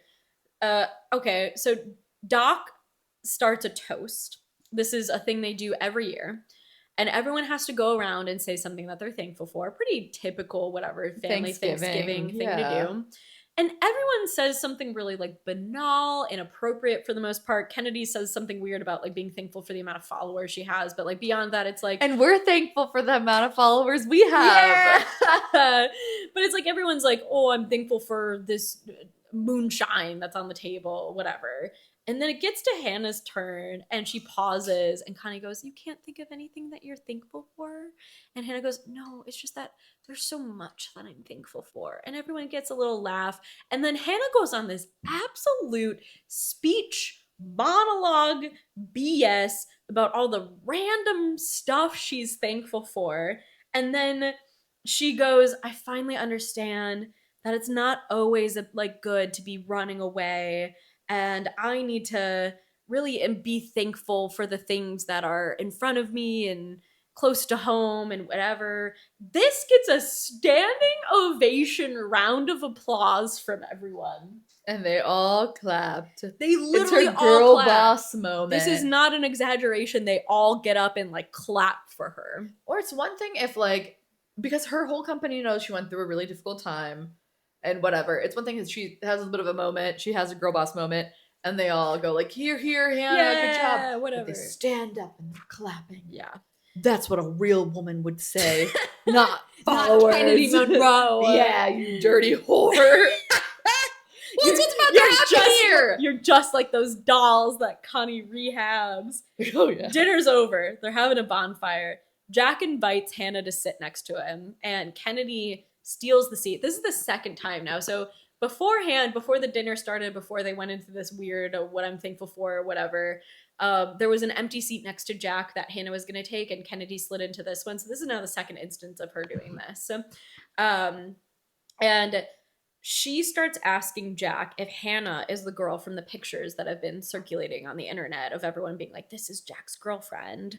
And they go, yeah, like that's Hannah, whatever. And Hannah's about to go like, well, but you don't have anything to worry about. And she goes, haha, I know. And then goes in like full villain monologue about Disney Channel Mean Girl mode. Yeah, like how it's insulting that people could ever think that someone like Hannah could take Jack from someone like Kennedy Monroe. And then goes as far as to go, hey, everyone, who would rather date Hannah over me? And everyone is stunned, shocked that this is happening. So no one does anything. And she's kind of like, haha, yeah, I thought so. But like anyone, last call. And then Jack goes, I would date Hannah over you. And then Hank goes, yeah, me too. And then everyone else starts raising their hands. Standing up for Hannah. This is where I go, this is where I want to, my little insert. This is boring writing. This is boring writing. Are there truly villainous bad people in the world like this depiction of Kennedy Monroe? Yes. Is that the standard? No. Like there's no nuance here. It's just Kennedy bad, Hannah good. And I think it would have been a much more compelling, interesting story for it to be like Kennedy had always had feelings for Jack, and they were never returned. And it's not she's going full villain monologue, who would pick Hannah over me. It's just like, I feel hurt because I've been here and I've been wanting Jack, and we had this little instance of, it comes out later that they've been doing it for the publicity where they're fake dating. It's a PR relationship. And I would have loved it of her being like, I know that this is a PR relationship, like exposing here that this is a PR relationship, and being like, I know it's a PR relationship, but I was always hoping that it would like come and be something more, and it never was. And I'm feeling like hurt and jealous and whatever that Hannah is the one that is like, that Jack seems to like, rather than like, I'm just bad. I'm just so like vain and vapid and whatever. And we all get to laugh and point and say, isn't she a loser? Isn't she a to villain? your point, like, it would have been really lovely if maybe during dinner she was trying really, really hard to get Jack to like her. And then when the bonfire starts to happen, and because Jack is like patting his seat at Hannah, Kennedy is standing there, and then Hannah is next to Kennedy, and she's like, this is not how I expected things to go. Like, I kind of thought it was gonna be me and Jack. We were in a PR relationship, and I thought we were both starting to develop feelings, but I guess I was delusional. Or some sort of like kind moment where she is going, I'm not trying to be mean. I'm just having feelings right now. I'm going to leave. Would really like it if it was like rather than like constantly stealing this seat from Hannah, it was just because I like Jack, so I'm gonna go sit down next to him, and she's already doing that, and I would love for her to like get along really well with his family as well, and it'd be this moment of like Jack has sort of had to pursue Hannah, and then for Hannah to be like, you know what, I'm not working this case anymore. I really like him. I'm still going to go over there and sit next to him and talk to him. And then, they have Hannah and Kennedy have their come to Jesus moment with one another. Oh, that'd be so lovely. Of like, Kennedy is like working his parents. Hannah decides, you know what? I have this opportunity. I'm going to go sit by him. And then Kennedy later is like, hey, I'm going to leave. I think clearly this isn't working out. Or even if it was something that Hannah like overheard Kennedy and Jack talking about, of Kennedy going, hey, I know we have this PR relationship, but I can kind of tell, like, we're good actors, but we're not that good. Yeah. I think you actually like this girl. Or like, and it breaks my heart, but like, I think we should end this because I can't sit here and watch you go for somebody else. As the reader, it also would have been way more believable of, rather than Kennedy coming back and making this big show of like, I'm proposing to Jack and doing something cringy, of just they caught them out together because like he doesn't have romantic feelings for her, but he does like value her as like a coworker and a friend. So like they have went out and got like, and she just zoomed in and saw and like her necklace. Well, no, she doesn't even need to, because Jack calls her later and sees the necklace at that point. So it's like, you don't even need to see the necklace. Like, it's just like, rather than this big show of like Kennedy proposing and whatever, it's just like, there's like a similar to how the tabloids were of like when Hannah and Jack were caught together. It's like, well, now Jack is back out with Kennedy Monroe, and like what's going on? And oh my God, yeah. I think there's a better way, like you were saying, of instead of making her this mean girl, it through her feelings about Kennedy and then meeting Kennedy, it turns out Kennedy's actually not this evil villain. What does that then say about Hannah and how she approaches these situations? Yes. Because sometimes, I mean, it's a good wake-up call to go, oh, I was really hoping you would be a terrible person, and that like the way that my ex-boyfriend was terrible, and that way I get to feel vindicated. Turns out you're just a nice girl who also likes him. Maybe I just have to try harder. Yeah Yeah, we don't get that. So whatever, that whole moment happens, Kennedy leaves, and now it's like people are starting to dwindle down. We're wrapping up the night. Hannah gets tipsy because she keeps drinking the moonshine, so now she needs to spend the night. She can't drive herself back home. Connie's so excited about this. So her and Jack are continuing to talk with one another. This is the point where he confirms that the relationship with Kennedy was nothing but a PR stunt. It was never anything real. And he asks her if she's back with Robbie, because he heard that Robbie went to go visit her at her home the other day. And she goes, obviously not. And then he alludes to the terrible thing that he said to her being a bad kisser. And then he's like ribbing her, like, what is it? And she's like, oh, I can't say. And then Jack goes to give her Drew's necklace with the safety pin on it. And she's like, oh my God, he's giving me his dead brother's necklace too. Like, this feels significant. And then he goes, yoink, pulls it away and goes, you have to tell me what Robbie said to you, and then I I'll give like it to you. that. That was cute. He's such a little I stinker. like Jack. She tells him that it was like, oh, he told me I was a bad kisser, and he starts laughing at her, and she gets mad, and he goes, he obviously was the bad kisser and was just blaming it on you. And he goes, I bet you $1,000 that you're not a bad kisser. Like, I can just tell. And she goes, how would you know? Robbie actually has kissed me and you haven't. And then who could have guessed it? Jack kisses her. And then they're getting like ever so slightly more, I don't want to say hot and heavy because it is just a makeout section. And they're coming into the house as they're doing this, and they're about to go into like Jack's room. And then Doc goes, you send that girl to bed alone and you take care of all these farm chores. And they listen to that. I get that you're in your parents' home, but I think were the one that like pointed this out. That's crazy. It's weird. It's weird. It's so weird that you as an infantilizing. author wrote the parents going, and don't you take her to bed tonight. It's like, what are you guys, teenagers? It just read like, okay, I don't want to actually write a sex scene between them, which is fine. But also, like, you don't have to. You could just do a fade to black moment of like they went in and stuff happened and next morning. Or you just do the simple thing where they're making out and one of them's like, you're a good kisser, whatever. And then she's like, hey, I'm not ready to do anything more tonight. Or it's like she passes out. They're drunk. They're whatever. They've been She drinking. goes, or they just night-night. make out until they call it a night and she just stays over. We don't have to. And they go, we don't have to be like, my dad told me I can't do this. Okay. But during all of this, like before they go to bed for the night, Jack does express that he really likes her and he isn't acting or pretending. And he then invites her on a date the next day.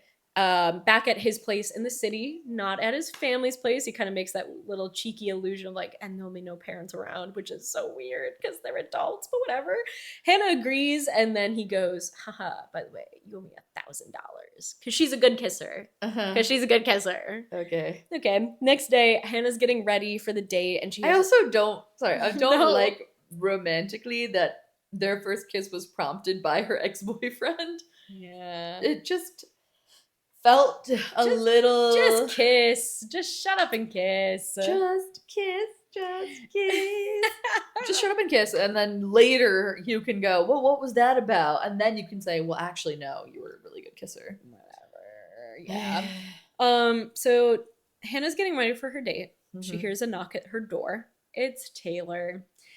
Taylor's trying to make amends, and at first Hannah isn't having it. Like, Taylor's coming to her door being like, well, I just wanted to like bring you all this stuff that you had at my place that I thought you would want back. And Hannah's like, just donate it. I don't even care. And then there's something in Taylor's voice that Hannah goes, oh, she's being so for real about this. And you know what? Anyone else could have denied their part in all of this and gone, it wasn't my fault. But Taylor did do that.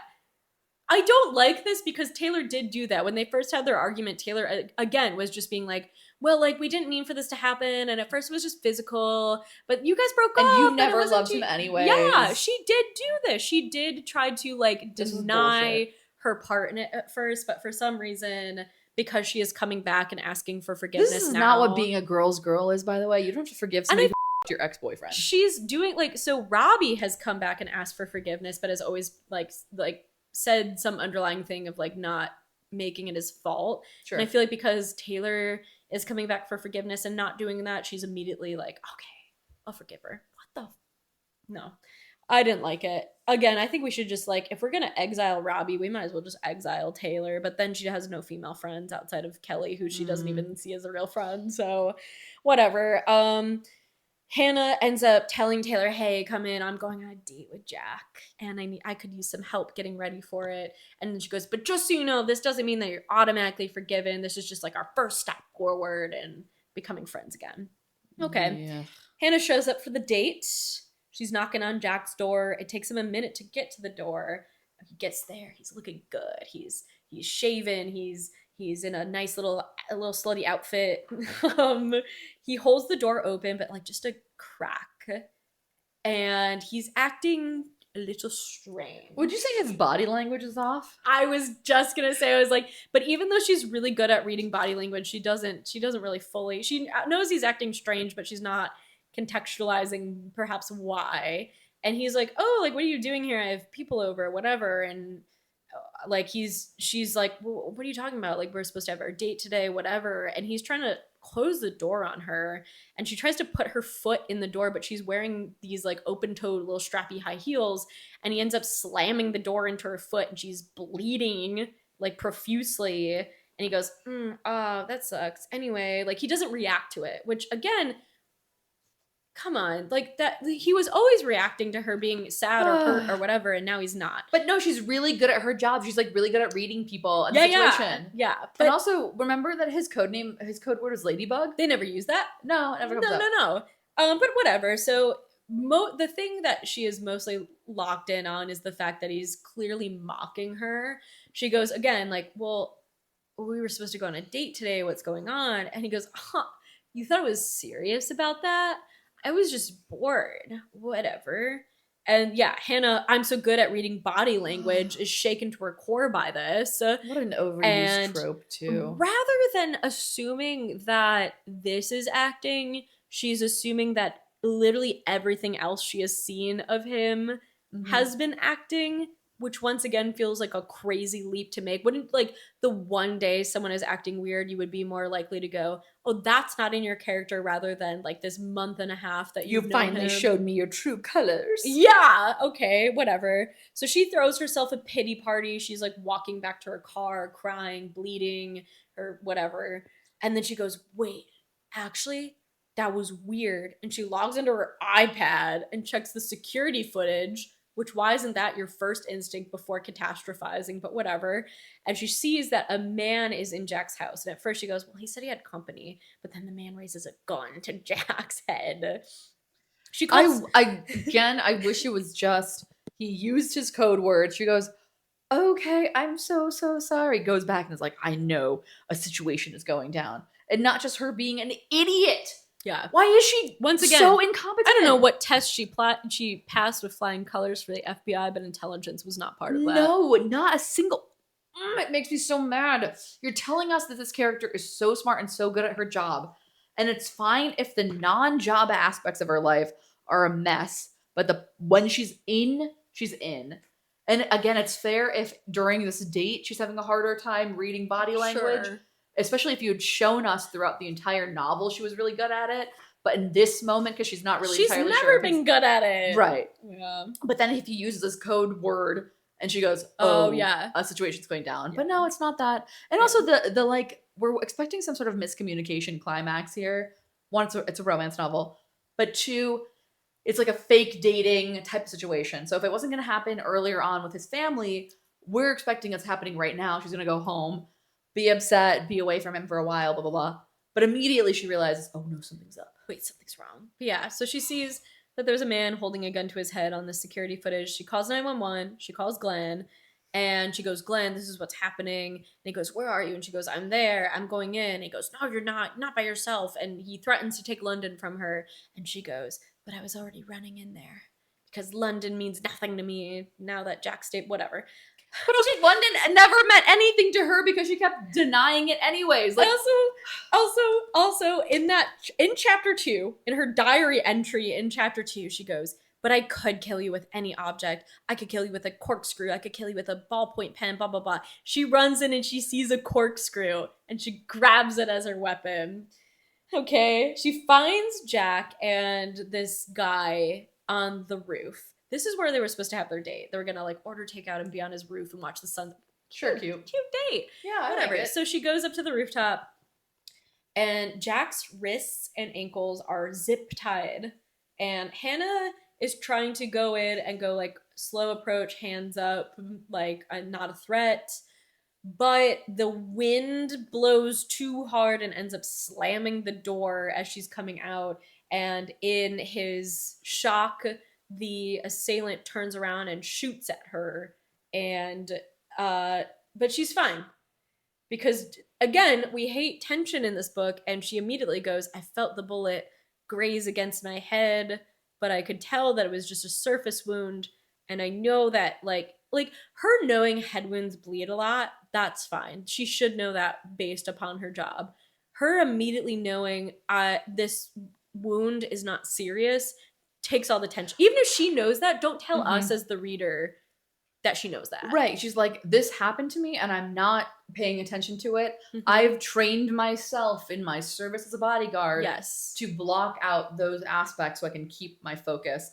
Especially if throughout the entire novel we're getting little clips like that, or like snippets is what I'm trying to say. Little snippets of her going, okay, there's a person that could come through this entryway, who could come through this entryway, who could none of that ever happened. She's not ever analyzing her scenario, she is in the beginning. Yeah, I guess, but we lose that in like the later hospital scenes. Oh, totally. We lose that throughout her time. No, it's very like she's doing that a lot in the beginning of the book, but like that doesn't carry throughout. No. Yeah. But she gets grazed, whatever. Jack is still trying to act like he's like, what are you doing here? Trying to act like she's inconsequential to him because he doesn't know what the gunman's intentions are. We learn the gunman, his name is Wilbur, and the reason why he's here is that his wife, and I'm quoting this in quote, left him for Jack, because obviously Jack's not with his wife. No, Wilbur was a shitty husband. His wife left him. Yeah, Wilbur went, I built her birdhouses and she left me anyway. What the hell else were you doing? But it's like, she I think it was like she got fired from her job or something, and then in her unemployment went, I'm just a big Jack Stapleton fan, made a fan club, made like gifs of him, which okay, but like whatever, that's not like, it's pretty innocuous. And then ends up being like, I'm leaving you because I want to go be with Jack Stapleton. Okay. So and then it's revealed that they thought it was Corgi Lady who was the one that was sending the death threats to Hannah.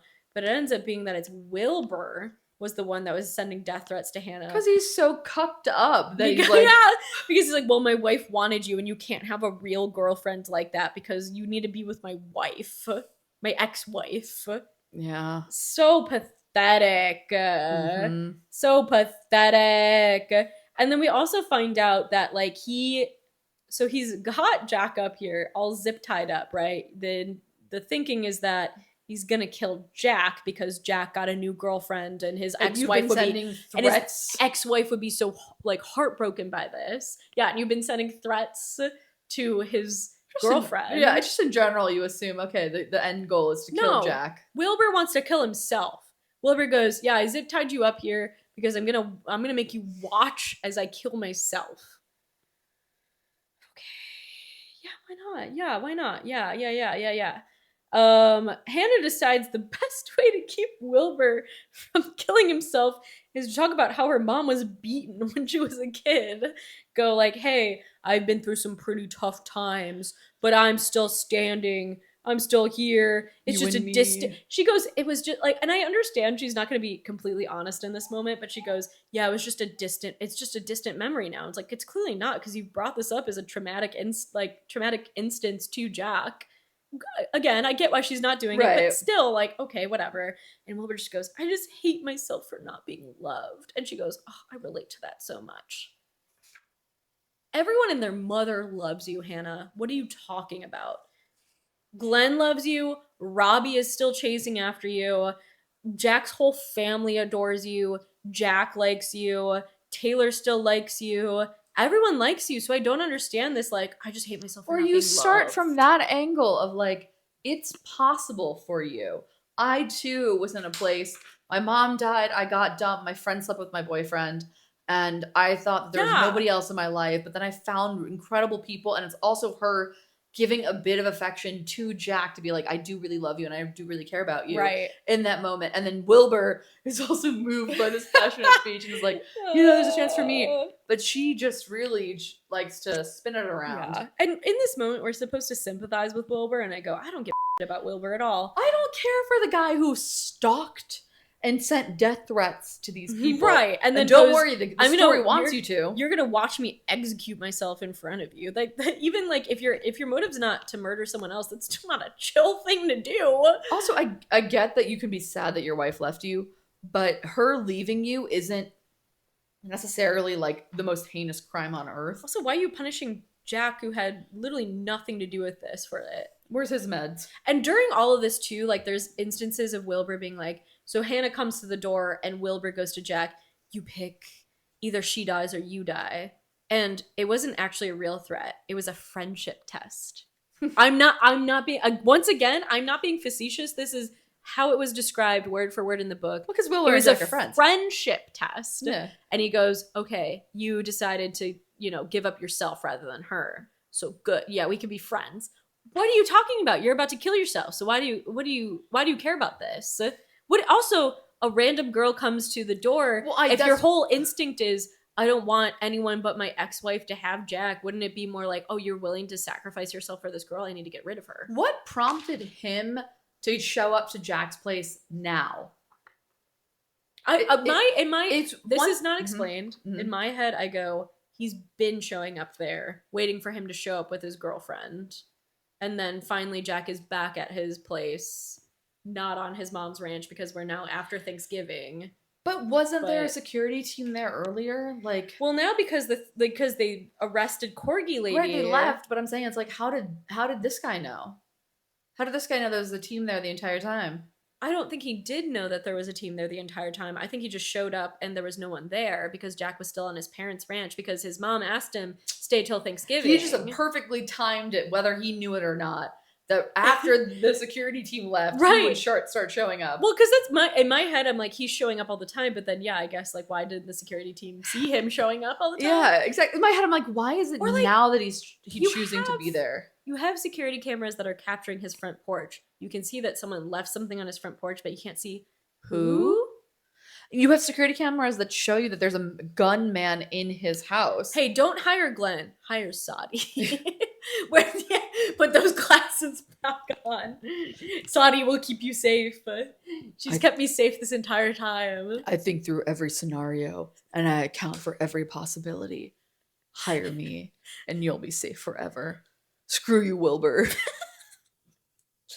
Yeah. And no, it's stupid. It's really, really poorly thought through. Yeah. And also, he's getting a very sympathetic treatment. Yeah. So whatever. Hannah connects with Wilbur. Because they're both losers. He goes, I just hate myself for not being loved. We're supposed to sympathize with that. He calms down to the point where Hannah is now confident that she can get the gun out of his hand. So she sort of wrestles him to the ground, disarms him. And then, yeah, once again, of course, it's revealed it was never his intention to kill anyone. It's just himself. It was never my intention to kill myself. He's actually a really good guy, and he's gonna prove that by making birdhouses or some shit. I don't know.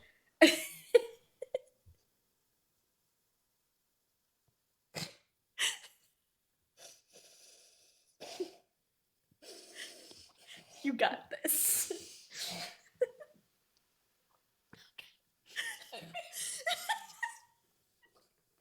Yeah. Hannah gets patched up. Jack calls her his girlfriend. Robbie's trying to still mother hen her, and Jack goes, it's my job. And then Robbie goes, no, it's my job. And then Jack goes, no, it's my job because I'm her boyfriend. They go back to Hannah's place. He tends to her wound. He tells her he had his nightmare again, but this time it was different because Hannah showed up and she stopped them before they careened off of the bridge. I don't like it. And of course that's the last time he had that dream ever again. They do their date over again, and then we get the epilogue, which I know how much you love an epilogue. And that's where we talk about Wilbur for most of it. I know. Once again, he's like building birdhouses. He's doing TED Talks. They don't press charges. They just give a restraining order on him. Yeah. Which feels crazy because he showed up with a weapon. Also, and we're just going off of the fact of like he's promising that his intention was never to kill anyone. But like if Jack had answered in a different way, he would have killed him. Yeah. So also that man should have gone through maybe that boy is a monster. I mean, a little bit, like a bit more of a rigorous process before being released back into the public. Yeah, no. He's building birdhouses. He's doing TED Talks. He celebrates his divorce anniversary by getting like a cake that says, "You're lost, Lacey. Kiss my ass." And then some psycho baker goes, "Haha, that's so charming and cute. Here's my number." Okay. Mm-hmm. We go back. Jack and Hannah are like the afterthought in this epilogue. We get again. It's so mostly weird. Wilbur. Yeah. Which why do I care about Wilbur? I don't. I don't. But we get back to Jack and Hannah, and we find out that both of them are doing one project a year. So Jack is doing one movie. Hannah is doing one project, like one bodyguard project. And I guess I have to suspend some disbelief of like, whatever. Jack has a ton of money from being a superstar. Well, he was so the they can Destroyer. he was in the Destroyer and he is the Destroyer. So he can afford this. And he also built a home on his family's ranch. So I guess like what is he paying to, other than like the construction of the house? He's not paying a mortgage. Like, what question am I asking that the epilogue is answering? Well, Doc and Hank finished building Drew's boat. Were you asking that question? That one instance of the boat that we brought up? It wasn't even, what's his face? No. Jack? No, it was Hank and Drew. Who cares? Robbie f***ed off to London. So Robbie got rewarded in the end by getting to go to London, I guess. And then Hannah and Jack get married. The end. And they get married on the ranch. And that's the book. That's the book. Who was your favorite character? Was it Wilbur? Because the author seems to think so. Because you needed to know how it worked out for him. What are your was closing playing- thoughts? Well, I was playing The Sims when I read the end of this book. So in my head, I'm like, oh, I know exactly what room I was working on when I heard about Wilbur's new birdhouses. And his TED Talk? Yeah. And his new girlfriend? Don't like this. I remember as we're doing this now, I'm realizing I don't like this. Yeah. It's- Well, again, I was like, I think it's a 1. It's 1 out of 5. Yeah. You don't like an epilogue too, and especially like if you're gonna give me an epilogue, don't make it about Wilbur. This book sucked. This book sucked in a way where I'm going. This book was worth the read to just read about him jumping over The horse. The horse part was crazy. I think we all separately read it and then came together over book club and we're just waiting until we could talk about the horse tricks he was doing. It was really fun when we first talked about it because I think it was like I think I started being like the horse scene, and then each of us it was almost like we were revealing a detail that all of us had forgotten. Yeah. Where it was like, and then this happened, and then this happened, and then Erin's just like, and then immediately after that she goes, "My dad left me." When I brought up the fact that its head was the size of a suitcase. I remember. I was like, that was a really important detail for this horse because this horse was naked. Oh yeah, I was his naked. head was I the apologize. size of a Yeah. suitcase. It was stupid. And this book sucks, and it's getting a movie adaptation. It's getting a movie. So if you're ever Leighton worried about, Meester is going to be Hannah. It's going to be on Netflix. We're going to watch it. well, we're gonna watch it. We are going to probably do a video. We should do a video review of the movie. I Not think us so. watching, but we have to. Maybe clips of us watching, but then yeah, we'll do it. Because it's not coming out until like probably, there's no 26. official release date, but it's going to be like late 2026, early 2027. But Yeah. hey, cheers to Hannah. I'm sorry, you have nothing in your cup. Hey, cheers to Hannah. Cheers to Jack. They'll be fine. They'll be okay. I don't know if I would read this a third time. I would definitely not read this a third time. It was so much worse than the second viewing or reading of it. It was fun to be like, oh, I forgot this happened, and I'm laughing at this all over again because we did read it this year. I looked through. Oh my god! I keep a running list of like the books that I've read through the year, and I was like, oh, we read this year. This is why this feels so fresh. But there were still like instances, like little details that I had forgotten about that I was laughing all over again, which was nice. But yeah, I don't want to read this again. This is a one-time read. You look on it fondly. You call it a day. You close it up. You put it on your. I want to say my first rating was also a 1 out of 5. It didn't get better. You're consistent. But I maintain that the entertainment value alone was worth it. Oh my god. All right. Anyways, our next episode is going to be an "Am I the Asshole" episode, which is really exciting. We're gonna have a special guest. I know, Aaron, who we've referenced a few times on the podcast.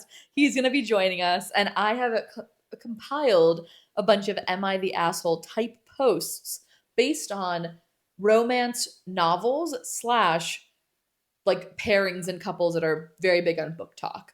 And then Aaron and Steph are gonna comment on them, give us their opinions as to whether or not the person's the asshole, and then we'll see if they can guess what stories they're Oh, from. no. But I'm really excited for that episode. I think it's gonna be a really good one. I think it's been great. Yeah. A lot of prep is going into that, so please watch it. Yeah. Please. And then for our Patreon episode, I think we're going to do a deep dive into the fated mates trope coming off Yeah. of Bri. We talked about a few like episodes ago how we love doing trope deep dives, and I think one, a perfect transition based on what we've read so far, and then two, if you liked our energy for the the Twilight Patreon episode, Yeah. I think you'll like our energy Yeah. for that one because we'll be a little loose and silly and Yeah. More freeform. more freeform. But that was our review of The Bodyguard What by did you Katherine think? Center. Yeah, what'd you think? Let me know if you're doing tricks on a horse. All right, happy reading. Oh, our next book club pick is Oh. going to be I got drunk and saved a demon. I need to see if that's the actual. It's something like that. It's by Kimberly Lemming. Mm-hmm. So that's what we're reading next month. All right, yeah. I got drunk and got saved by a demon. No, I got drunk and saved a demon. That's No. my own internalized misogyny speaking there. By Kimberly Lemon. But yeah. Hey, follow us on any of the various social media accounts that we have, whether that's Instagram, TikTok, Patreon, YouTube, Spotify, YouTube. YouTube. If And you wanna join our book club, it's free. Just sign up for Patreon and you'll get the Link to the link to our Discord. Discord. We're talking about little silly things in there. Sometimes we reveal certain things early in there if you're interested. Yeah, completely free. Otherwise, hey, we'll see you next time. We'll see you next time. I hope you also got drunk while you read this book. Rewatch this and get wasted with us. And then watch the movie later. All right, guys. Bye. Stay safe out there. And I'm so safe.